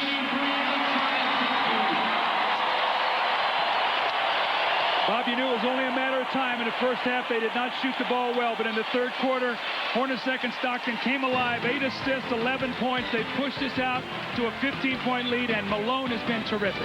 Meanwhile, Gary Payton has shot 6 for 22, and he's been held at 13 points. We're back after these words from your local station. You're watching the NBA playoffs on NBC.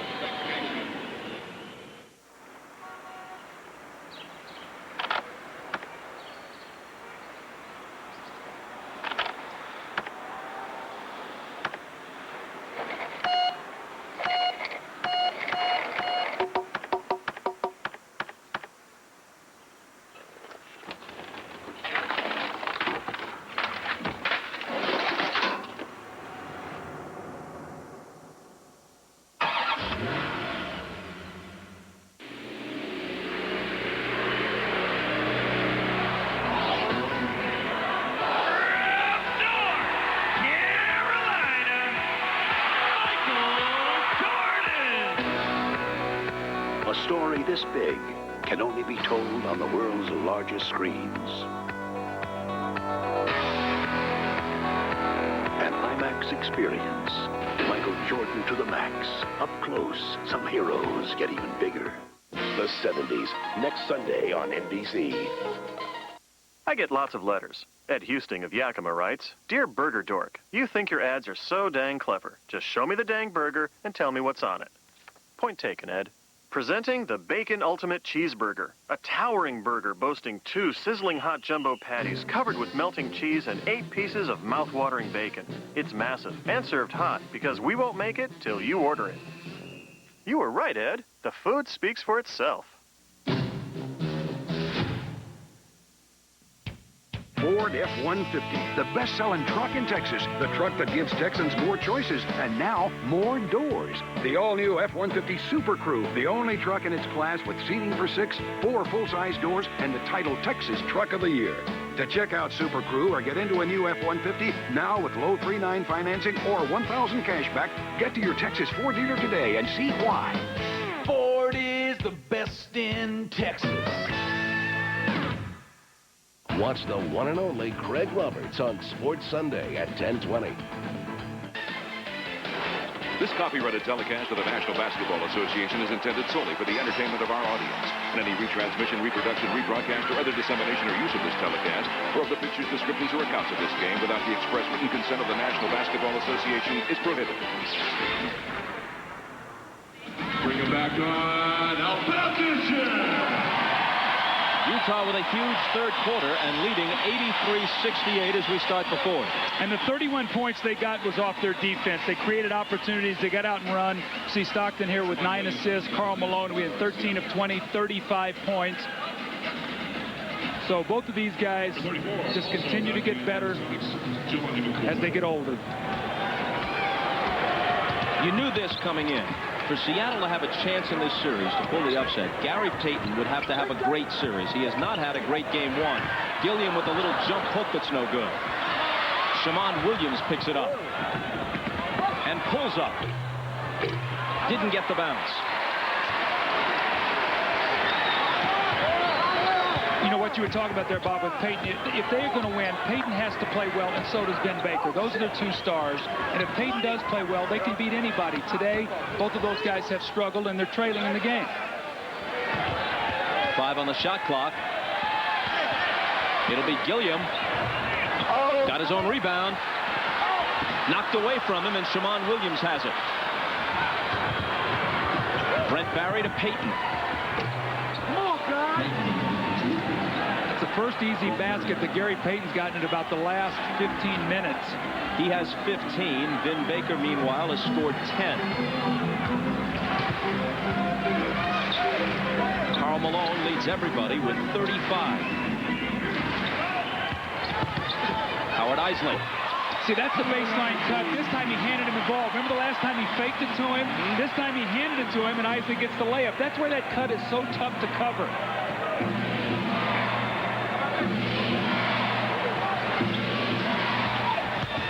Payton outside to Williams. Out of the corner, Payton. That guy's got so much energy. He drives in, gets in the air, finds Shammond Williams, continues out to the corner, and he's the one that ends up with a jump shot. He averaged just under 42 minutes a game this year, second in the league to Dallas's Michael Finley, and a close second at that. Shammond Williams comes up with a steal. How about the big game against Sacramento? The overtime, they played all 53 minutes. And had a huge game, 33 points. 11 rebounds, 14 assists.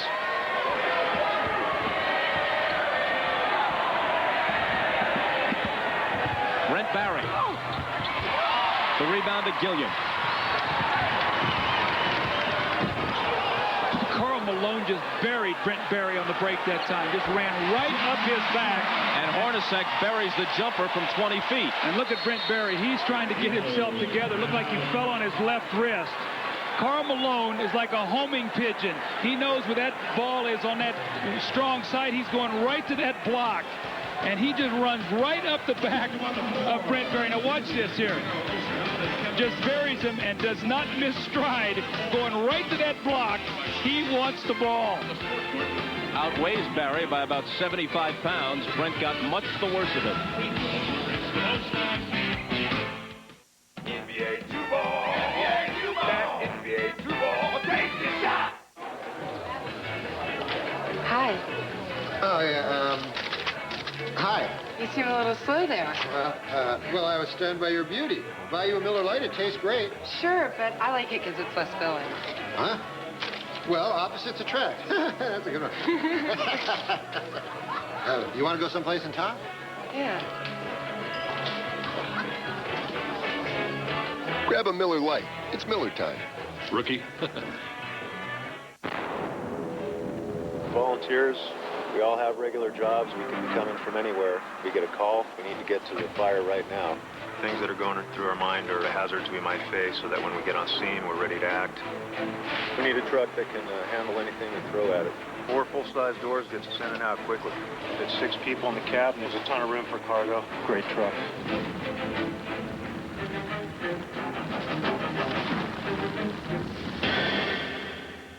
Oh, you're beautiful, dog! MSN Project A30.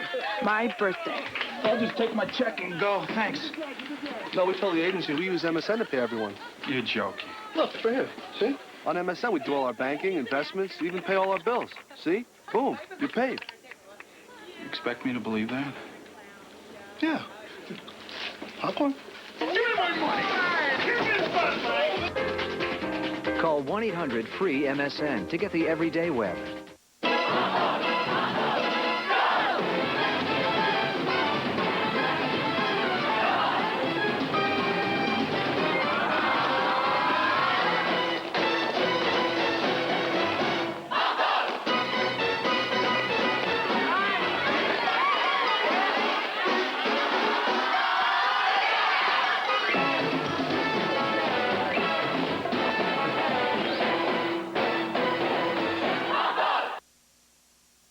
The NBA on NBC is brought to you by Miller Lite. Grab a Miller Lite. It's Miller time.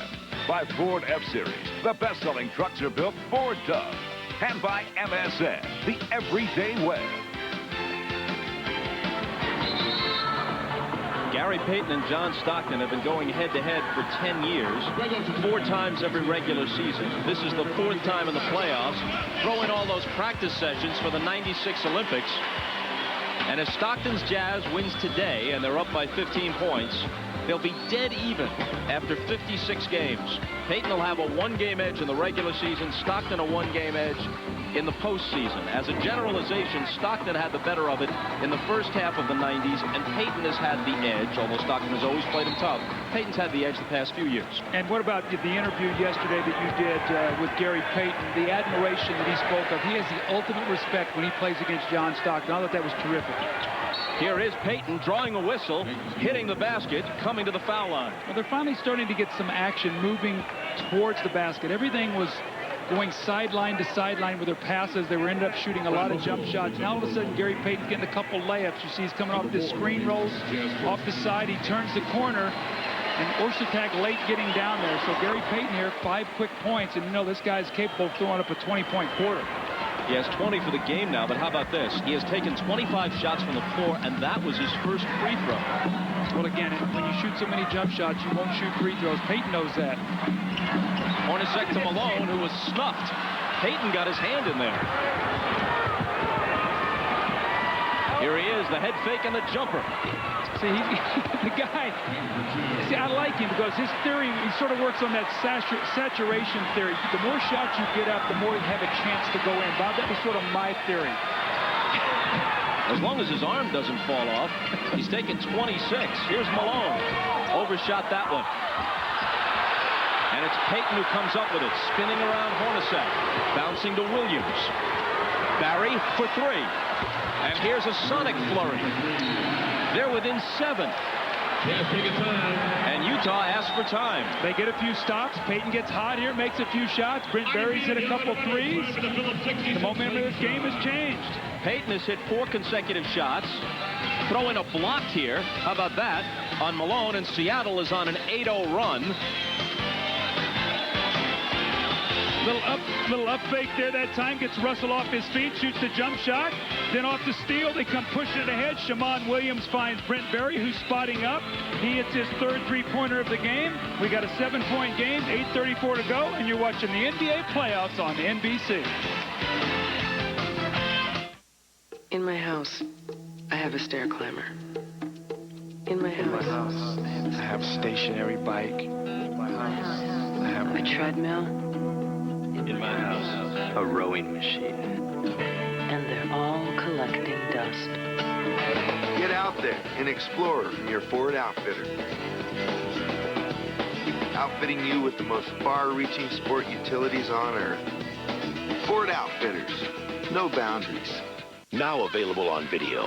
They had a plan to get some gold. Talking about millions. But it blew up in their face. George Clooney, Mark Wahlberg, Ice Cube. Three Kings. Buy or rent it today on DVD. Life has its bumps, but you don't have to feel them. Now Midas Gold struts with R2 technology are only $59.95 each with a lifetime guarantee. Go smoothly. Go Midas.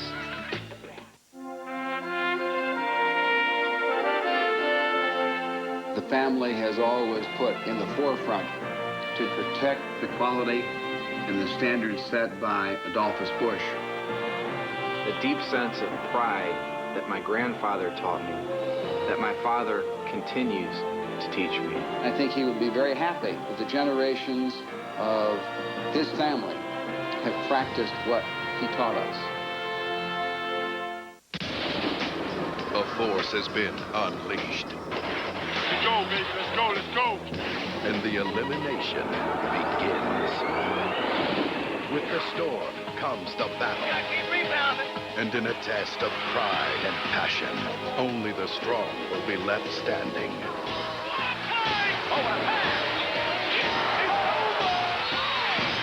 The NBA Playoffs 2000 on NBC, now playing. Tonight on The Others. Get away from there! A paranormal siege begins. Let me in. They've come for one of us. Demons have trapped the others. Get out! To steal their souls. No! Don't let more in! Help me! Ah! What do you want? An all-new Others, NBC tonight. Returning to the Delta Center, where Utah leads by 7. Early on, it was Gary Payton watching, while Stockton and especially Malone got going. But Payton has come on in this fourth quarter. There, the assist to Baker. Here, the floater. He's made 4 consecutive shots and run his game total to 22.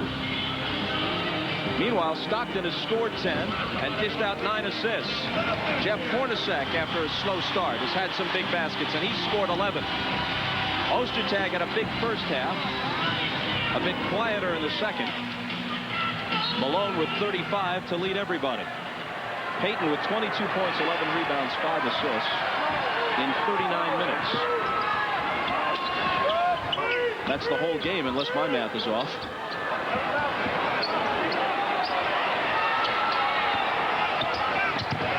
Stockton out of the corner for Hornacek. 5 on the 24. Malone will have to take the 3. And that's the kind of day it's been for Karl Malone, who has 38. Wow, you could just see Paul Westphal. He looked over at Bobby Weiss and goes, do you believe that? Best defense we played all day, and they hit us with a 3 right as the clock's winding down.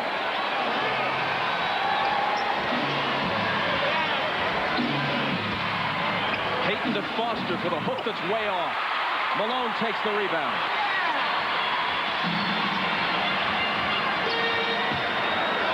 Malone is loose. He's got 40 points.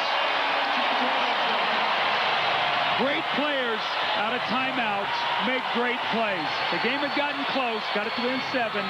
Karl Malone shows why he's going to be a Hall of Famer. 5 quick points, it's back to 12. Payton can't hit it. Ostertag gathers it in. Well, Bob, interesting enough here, Greg Foster playing instead of Vin Baker. So Vin Baker, when the game is on the line, not on the floor right now. A whistle as Malone put it on the floor. Remember, Vin Baker's a 4-time All-Star. Shot clock winding down. Jeff Hornacek looks like he's hung in the air, and Karl Malone buries the 3-point shot. And then the next time down the floor, great play coming off a screen. Hornacek jumps in the air. 2 defenders jump out. No communication. And you leave a guy who only gets his 40th point of the game. His career playoff high is 44. He's got 40 today, plus 10 rebounds. Make it 42. I think he's tired. What has he shot? 16 of 23. And those aren't layups now. He's shooting jump shots. And Payton was bumped a bit for the foul.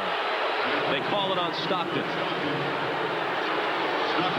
Karl Malone is just such a powerful player. You see him square him up, and Horace Grant's doing his job. He's pushed him off the block. He's got a hand in his face. But how often have we seen guys like Michael Jordan and Larry Bird and Isaiah Thomas, great playoff veterans, make great shots? And Ben Baker will step in now with 6:45 to go as Foster sits down.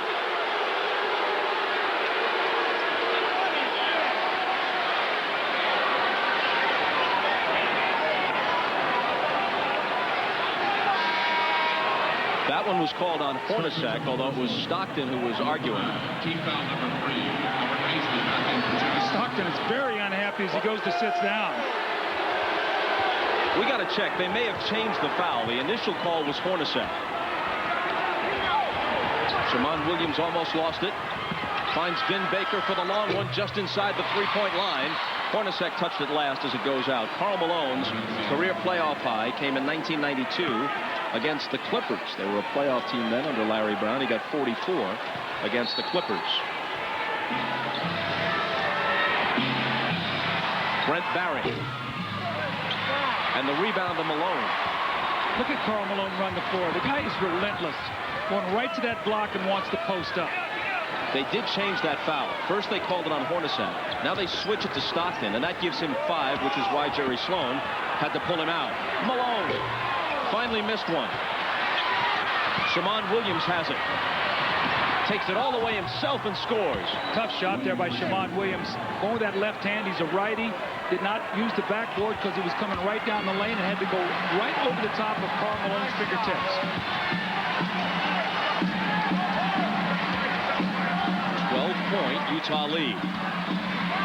Hornacek for 3.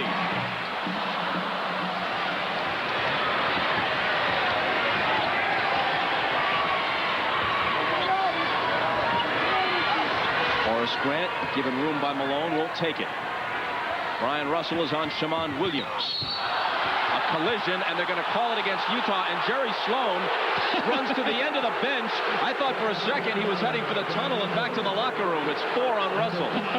Look at Jerry's smile.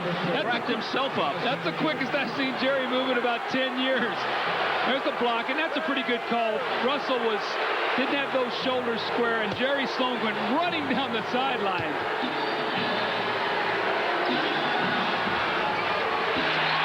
Seattle throws it away. Just watch Jerry Sloan running down. I thought he was going in the locker room the last minute. He sits down by Jacques Vaughn. Look at the look on Jacques Vaughn's face. I don't want this guy sitting next to me right now.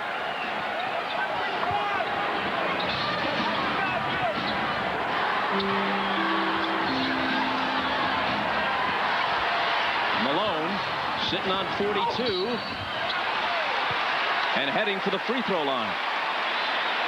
If your game is struggling like Ben Baker's has been struggling, the last place you would expect to go in and be able to have a healthy game is in the Delta Center here in Salt Lake, especially playing against Karl Malone. And Malone has just turned he and the rest of the Sonic defense inside out today, making jump shots, driving to the basket, getting out on the fast break. Almost a picture-perfect day of 16 of 26, 9 of 10 from the line, 42 points, going for 43 and 44.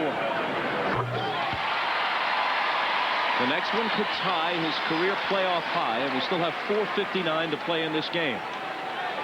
I'll tell you, if he continues to play the whole game, there's a chance he might get 60 points today. They get to that free throw line and start shooting free throws at the end of the game, he could have a 60-point game. Certainly 50 is a reasonable possibility. 44.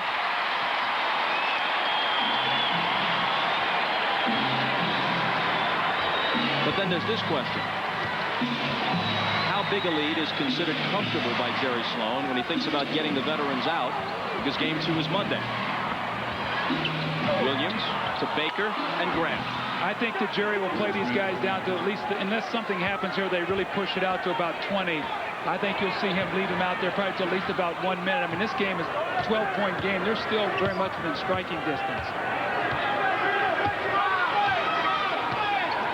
Malone Malone screening for Isley. Now he gets it back. Baker all over him. And he misses the jumper.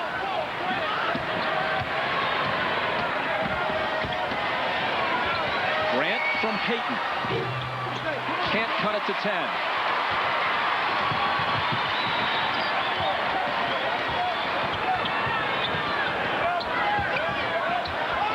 Malone inside. Hammered.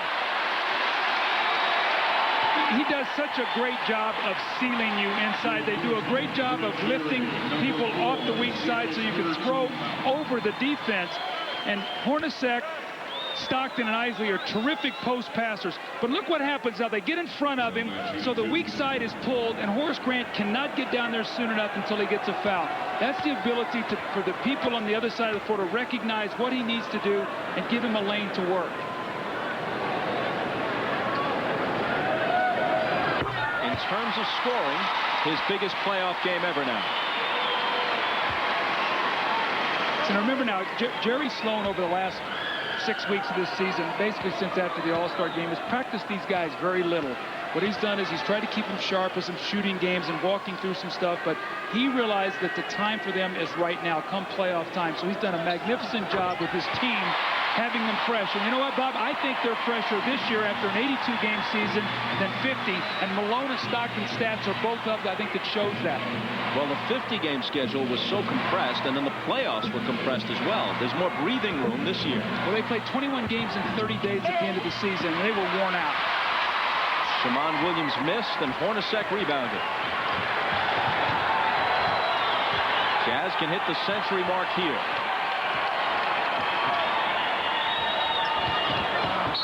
But it's off Hornacek's hands. Seattle has it back. They're down by 14 with 3:28 left.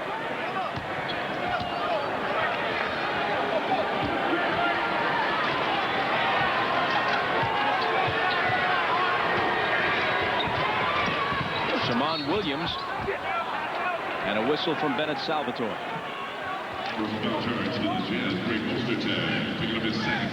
Coming up Thursday on NBC. Thursday, Bruce Willis is the father of Ross's girlfriend. And that's not the only surprise. Hi, Ross. The first of 3 all-new Bruce Willis episodes of Friends starts Thursday on NBC.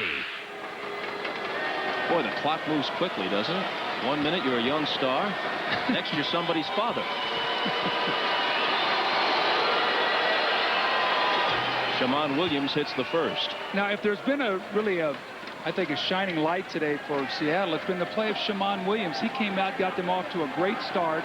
They shot the ball exceptionally well. He had 12 in the first quarter, but the Jazz locked into him. They realized what he wanted to do out there, and they did a nice job defensively. But he's played very, very well today in this kind of conditions in his first playoff game.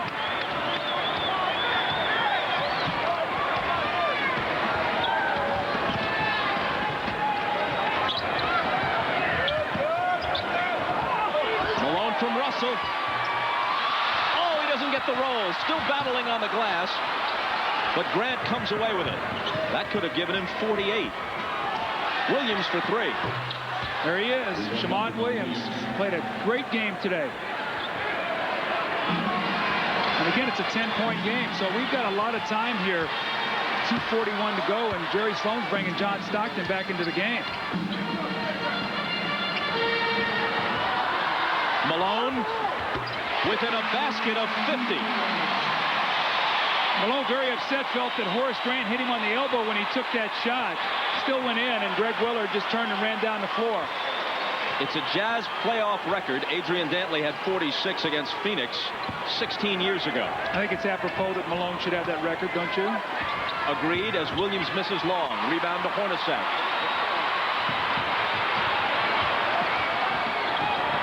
Exactly 2 minutes left.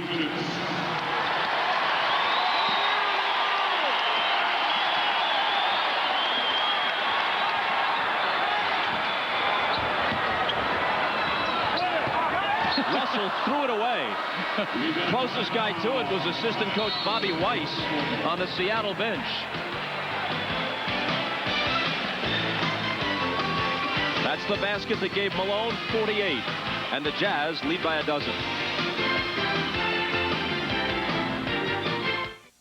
Now's the time to head to McDonald's for 2 temptingly tender chicken sandwiches. Introducing the new crispy chicken and the new Chicken McGrill, made hot, fresh, right to order, with all white meat and the perfect seasonings for a surprising taste.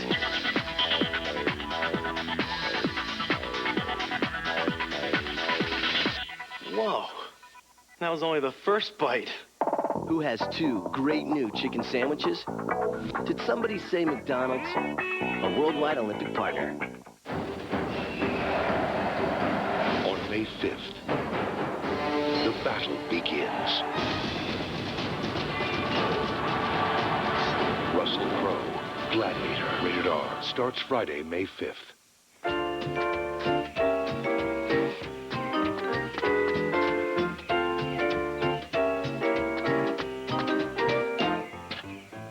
Once you use Bear Stain, you'll want all your neighbors to use it too.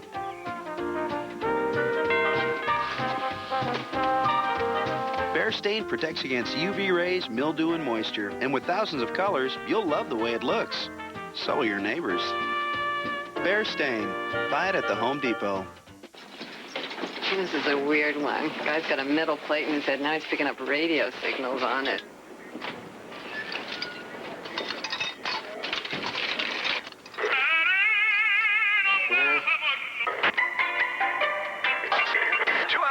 Top of the 5th, score tied at 3. Here's the fetch. A swing and a drive. Having a few friends over? A home run by Johnson. Grab a Miller Lite. It's Miller time. This is a weird one. This guy's got cable. To me, this isn't a hobby or even a sport. It's an obsession. So if I can't get out to this exact spot at this exact time of year, I may as well be bowling. Get out there. An expedition from your Ford outfitter. Outfitting you with the most far-reaching sport utilities on Earth. Ford Outfitters. No boundaries. Hi, everybody. Hannah Storm and Peter Vesey here in New York, and a lot of anticipation for tomorrow's matchup with the Toronto Raptors. Well, Hannah, there are 2 great, compelling storylines here. Patrick Ewing, again, going for the championship that has eluded him his entire career. This might be his last chance to win it. And then you've got Vince Carter, who is anointed as the most exciting player in basketball. How do I know that? Because NBC has anointed him that. He does have a flair for the big moment, doesn't he? All right, game 1 of our triple header. Showtime beginning at noon Eastern, then Toronto, New York, followed by Minnesota, Portland, and Sacramento and the Lakers. Let's go back to Utah. Hannah, thanks very much. With Ahmad Rashad and Doug Collins, Bob Costas back at the Delta Center, and all that apparently remains to be decided is whether or not Karl Malone hits 50. Well, he has been terrific today, no doubt about that. But the thing that's been impressive with his performance is he's done it inside-outside. He's been a relentless runner up and down the floor and really set the tone for his team.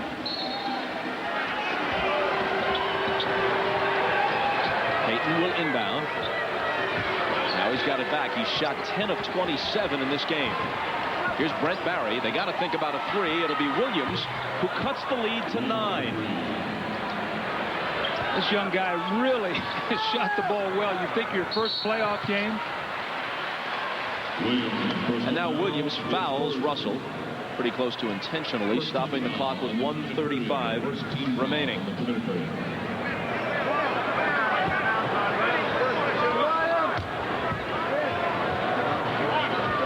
In addition to his 48 points, Karl Malone has 12 rebounds. There are no shots taken here. They're not over the limit, and that was their first foul in the last 2 minutes. The next one would put Utah on the line. Remember now, great free throw shooting. Hornacek is #1 in the league. Stockton is 14th in the league. So when you get behind against Utah to try to catch up, Malone shoots almost 80%. Those are the guys that are going to have the ball. So if you think you're going to foul and catch up, that's probably not going to happen. If you're going to foul somebody, even though you're looking to foul quickly to stop the clock, you almost can't foul Hornacek. He did miss 1 in this game. He missed only 9 all season. You see, the one thing about it is, you know, he gets that ball across half court, and the beauty of the NBA game is you can hold that thing for, 24 seconds. So eventually they're going to have to foul him once he gets it in his hands. That free throw line has been very good today. That's a 22nd point for number 23. 23 points today from the line. I talked earlier, if they got to 20, that could be a real key number, and they have done that today. Let's see if they can hold on and win. Here's Payton with the floater. Loose ball battle won by Ostertag. Now see, Hornacek will just keep the ball. If he gives it up, he'll throw it to Stockton. A 95% free throw shooter. And Stockton isn't much worse. See, Hornacek said, go ahead and foul me. And Westfall just watching with arms folded. They've got him checkmated here as the clock ticks down to a minute. Stockton looking for Malone, a chance for 50. Not quite. Here's Payton breaking out with Barry on his right, and Gary will lay it in. A 9-point Utah lead, and the crowd chanting for Malone. They're trying to get the ball to Malone because they want him to get his 50. Stockton here gets, Hornacek gets the ball stripped from him. Williams wide open three. That could have made it somewhat interesting, but Stockton has it. That would have made it a 6-point game with 39 seconds to go. A lot of things can happen. Malone's got it. Instead, he gives it up. 12 on the shot clock. Here he is. Maybe the last chance. He's got it. 50. Your call, Bob. You said it. He's going to get 50 points. What a game. That's the punctuation on a Game 1 Utah victory. Up 1-0 in a best-of-5, and even Payton, indomitable though he may be, will just dribble it out. Karl Malone, all he hears all year long, all season long, is all these up-and-coming young players. Well, you know what? He delivered in a big game today, 50 points. What an effort. Karl Malone, who played 43 minutes, shot 18 for 32 from the field, 13 of 14 from the line, and scored 50 with 12 rebounds thrown in. We'll be with Ahmad Rashad when we come back. Ahmad Rashad back at the Delta Center here with Karl Malone, who was the star of the game today with 50. But Karl, you know what, the way you played, it looked like you not only set the tone for your own team, but also for the Sonics to let them know this is what it's going to take to get through the Jazz. Well, I think the most important thing is, Ahmad, is we execute on both ends. You know, I get a little upset when we don't execute because we have a defensive scheme as well as offense. And when you don't do that, I think it reflects on the whole team. So I realize it's a lot on my shoulders to try to get us to the next level. But I just want to stay at an even keel. I don't want to get too high, get too low. But the most important thing is this is a team game, and that's how you play it. But sometimes you have to be a little more vocal, and I think I'm going to do that here in this playoff.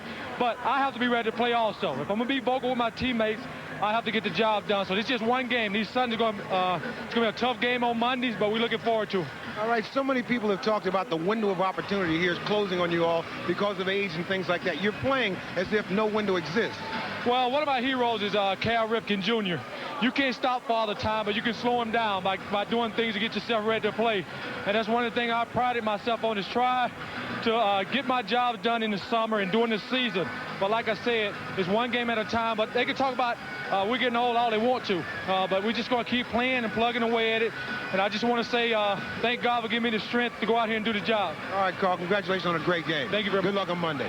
All right, let's go back to you, Bob. Ahmad, thanks. For the Sonics, Gary Payton played every tick of the clock, all 48 minutes. He scored 24 points, had 6 assists and 11 rebounds, but shot just 11 for 29. John Stockton, 10 points, 10 assists.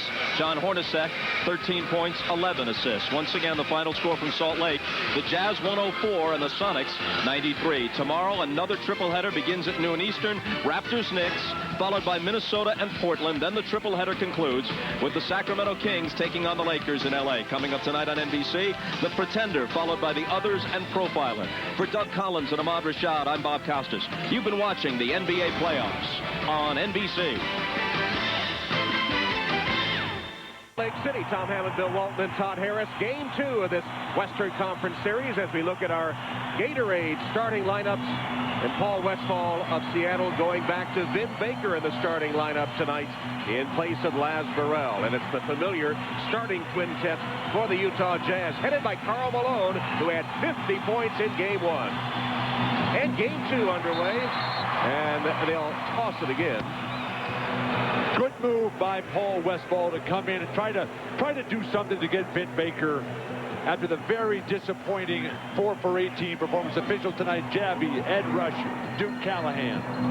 Still not a clean opening toss, but finally taken by Shammond Williams, and he misses the layup off the opening tap. Here's the outlet to Stockton. Malone also down court, and Russell quickly joins them. And now Stockton says we'll set it up. Usually Jerry Sloan likes to run a backdoor cut as the first play of the game. Keep that defense honest. Make them work. Always the threat of the center. And a three-point shot by Russell. Russell was criticized by some people here in Salt Lake City after game 1. A quiet performance. But when Karl Malone gets 50 and you win by 10, everybody else is going to be inconsequential. Ben Baker caught the ball right underneath the rim and pounded it home for the first Seattle bucket. Utah winning game 1, 104-93 behind Malone's 50. Paul Westphal saying he wants everything a lot closer to the basket, including a lot better ball movement from game 1. 5 to shoot. Stockton, guarded by Williams, penetrates. Russell again for 3 from the same spot. Ryan Russell, 2 for 2 from the three-point arc. The small forward, always a key position for Utah. When they start double-teaming Karl Malone, it's Ryan Russell they start leaving open. Payton attempted to pass it into the post to Lewis. Deflected and stolen. Here's Stockton to Hornacek, playing with that bad knee in his final season.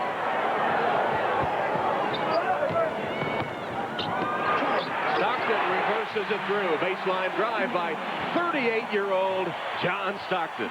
No real shot blockers for either team until they bring in the tag, Greg Ostertag, who had a monster game, really opened it up for Utah in game 1. You get by your perimeter guy, clear sailing to the basket. Taken away by Stockton. Swiped it. Now gives it to Russell. Back to Polynice for the jam. And Utah opens the game 4 for 4, including a pair of three-pointers. Well, last season, Utah beat Sacramento in game 1 in their opening round series.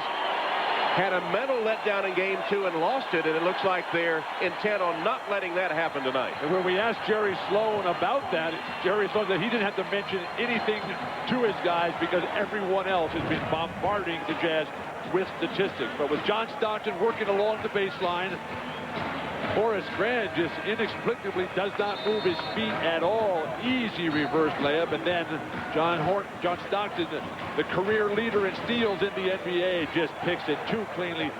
This is just teasing right now, the Seattle Sonics. And Olden Polynice is having the time of his life. And here's a guy who has been just the victim of so much fan abuse over his career, and now he's winning every game in the playoffs. Stockton off to a very sharp start, as always. Well, one of the keys to the game from Paul Westphal was to cut down on the turnovers. Seattle's turned it over twice in 4 possessions. Williams being checked by Hornacek. Shoots over him. And Shammond Williams, in his second season from North Carolina, started game 1 by hitting his first 5. He's 1 of 2 to open this game. One of the real bright spots from game 1, Shammond Williams, a terrific story. Didn't get any scholarships out of high school. Had to go the military school route. Cork Union. Karl Malone missing his first shot, and here's the Sonics break. Williams to Payton. Nice work. Williams hits Payton diving to the rim. And Gary's first bucket. It's a 4-point game. One of the problems that Paul Westphal has with going with this lineup of Shammond Williams is that Gary Payton doesn't have the ball enough. Took 29 shots, only made 11 of them in game 1. Stockton goes baseline, finds Hornacek for 3. And Karl Malone wades in to get the offensive board. Stockton can't hit. And this time Lewis claims it for Seattle. Well, we all know what Karl Malone is going to do. But Lewis, quick figure here. Not only was it too quick a shot, he had a foot on the line and only counted for 2 and he hit it. But here's the glove. Gary Payton, the great defensive player, with the steal and the lob. And the dunk missed. Lewis got his own and missed again. Here's the third time, and it's the charm for young Rashard Lewis. 20 years old, Rashard Lewis. Didn't play college basketball, straight out of high school in the Houston, Texas area. Didn't play at all last year. Sat on the bench. Now the real chance to play is making the most of it. Karl Malone. Horace Grant having the unenviable task of checking the mailman. And Karl's 0 for 2 to start the game. Deflected out of bounds. Seattle gets it. I mean, talking to Horace about guarding Karl. He's guarded them all. He's guarded Kevin McHale, Charles Barkley, Karl Malone, Tim Duncan, Kevin Garnett. Karl Malone with the exquisite footwork, the perimeter shot, virtually unguardable. Feast or famine for Utah. They hit their first 4. They've now missed 4 in a row. Shot no good from Baker. Easy rebound for Russell. Stockton trying to find Polonese running the floor, and Utah turns it over. John Stockton, the patience of a saint, much like you, Tom. Well, but I've been around you a lot. That teaches one patience. But Olden Polonese, where would you like the ball the next time? And it hit him in perfect stride. You've got to convert that. Vin Baker not making smooth defensive transitions after bricking jumpers. Off a screen, Payton gives it back to Williams. Lewis. Rashard Lewis hitting the baseline jumper, and the Sonics on an 8-0 run. They've tied the game at 10. A critical problem for Paul Westphal in game 1 was the foul trouble that Horace Grant and Rashard Lewis got in. Back cut, John Stockton. He lays it in from Hornacek. Hornacek has become a phenomenal passer from that wing position, learning from Stockton, as has Karl Malone. Williams to the outside shot. He's hit 2 of 3. He continues his hot shooting from game 1 when he scored 23 points. A very special player, Shammond Williams. Played at college in North Carolina, as you mentioned, in the shadow of Vince Carter, Antoine Jameson, Rasheed Wallace, Jerry Stackhouse. Graduated there with a degree in industrial relations and economics. Class of 98. Paul Westphal saying a player just waiting for a chance. Malone hits his first bucket of the game. Malone 1 for 3 to open the game. Before game 1, they were warming up, and the rookie Scott Padgett of Utah said to Karl Malone, you know, you haven't scored 40 in a while. Karl said, you know, you're right. He said, I'm due to break out of one. So he had 24 at halftime, and Scott saw him in the locker room and said, you're not going to score 40. And Malone said, no, I'm going to go for 50. And sure enough, he did. Well, Karl hit 12 of the team's first 14 points. 30 of their first 65 and 15 of their last 17. Williams trying to pass it to either Lewis or Payton, not sure which, and it sails out of bounds untouched, and Utah will get it when we return to the Delta Center. The Jazz leading the Sonics by 2. City with Utah leading 14-12 over Seattle in game 2. Of course, Karl Malone got all the attention, rightly so, when he scored 50 in game 1, but Stockton and Hornacek were getting him the ball, too. They combined for, what, 21 assists? And just had 4 turnovers. The beautiful thing about the way Utah plays, it's not just giving the ball to one guy and everybody goes and stands at the other side. This is about a team game. This is about guys working within the system. Karl Malone, a phenomenal passer in his own right. John Stockton played an incredible game. The numbers from game 1, 10 points, 13 for Stockton. Decent shooting percentage, although they're both career 50% shooters. Williams fouling Stockton. But it's amazing for John Stockton at 38 years old that this guy is still as quick as anybody, which just lends credence to the concept that quickness is a mental skill, not a physical skill. Hornacek penetrated, was able to loft it up and in. Jeff Hornacek. He has his first bucket.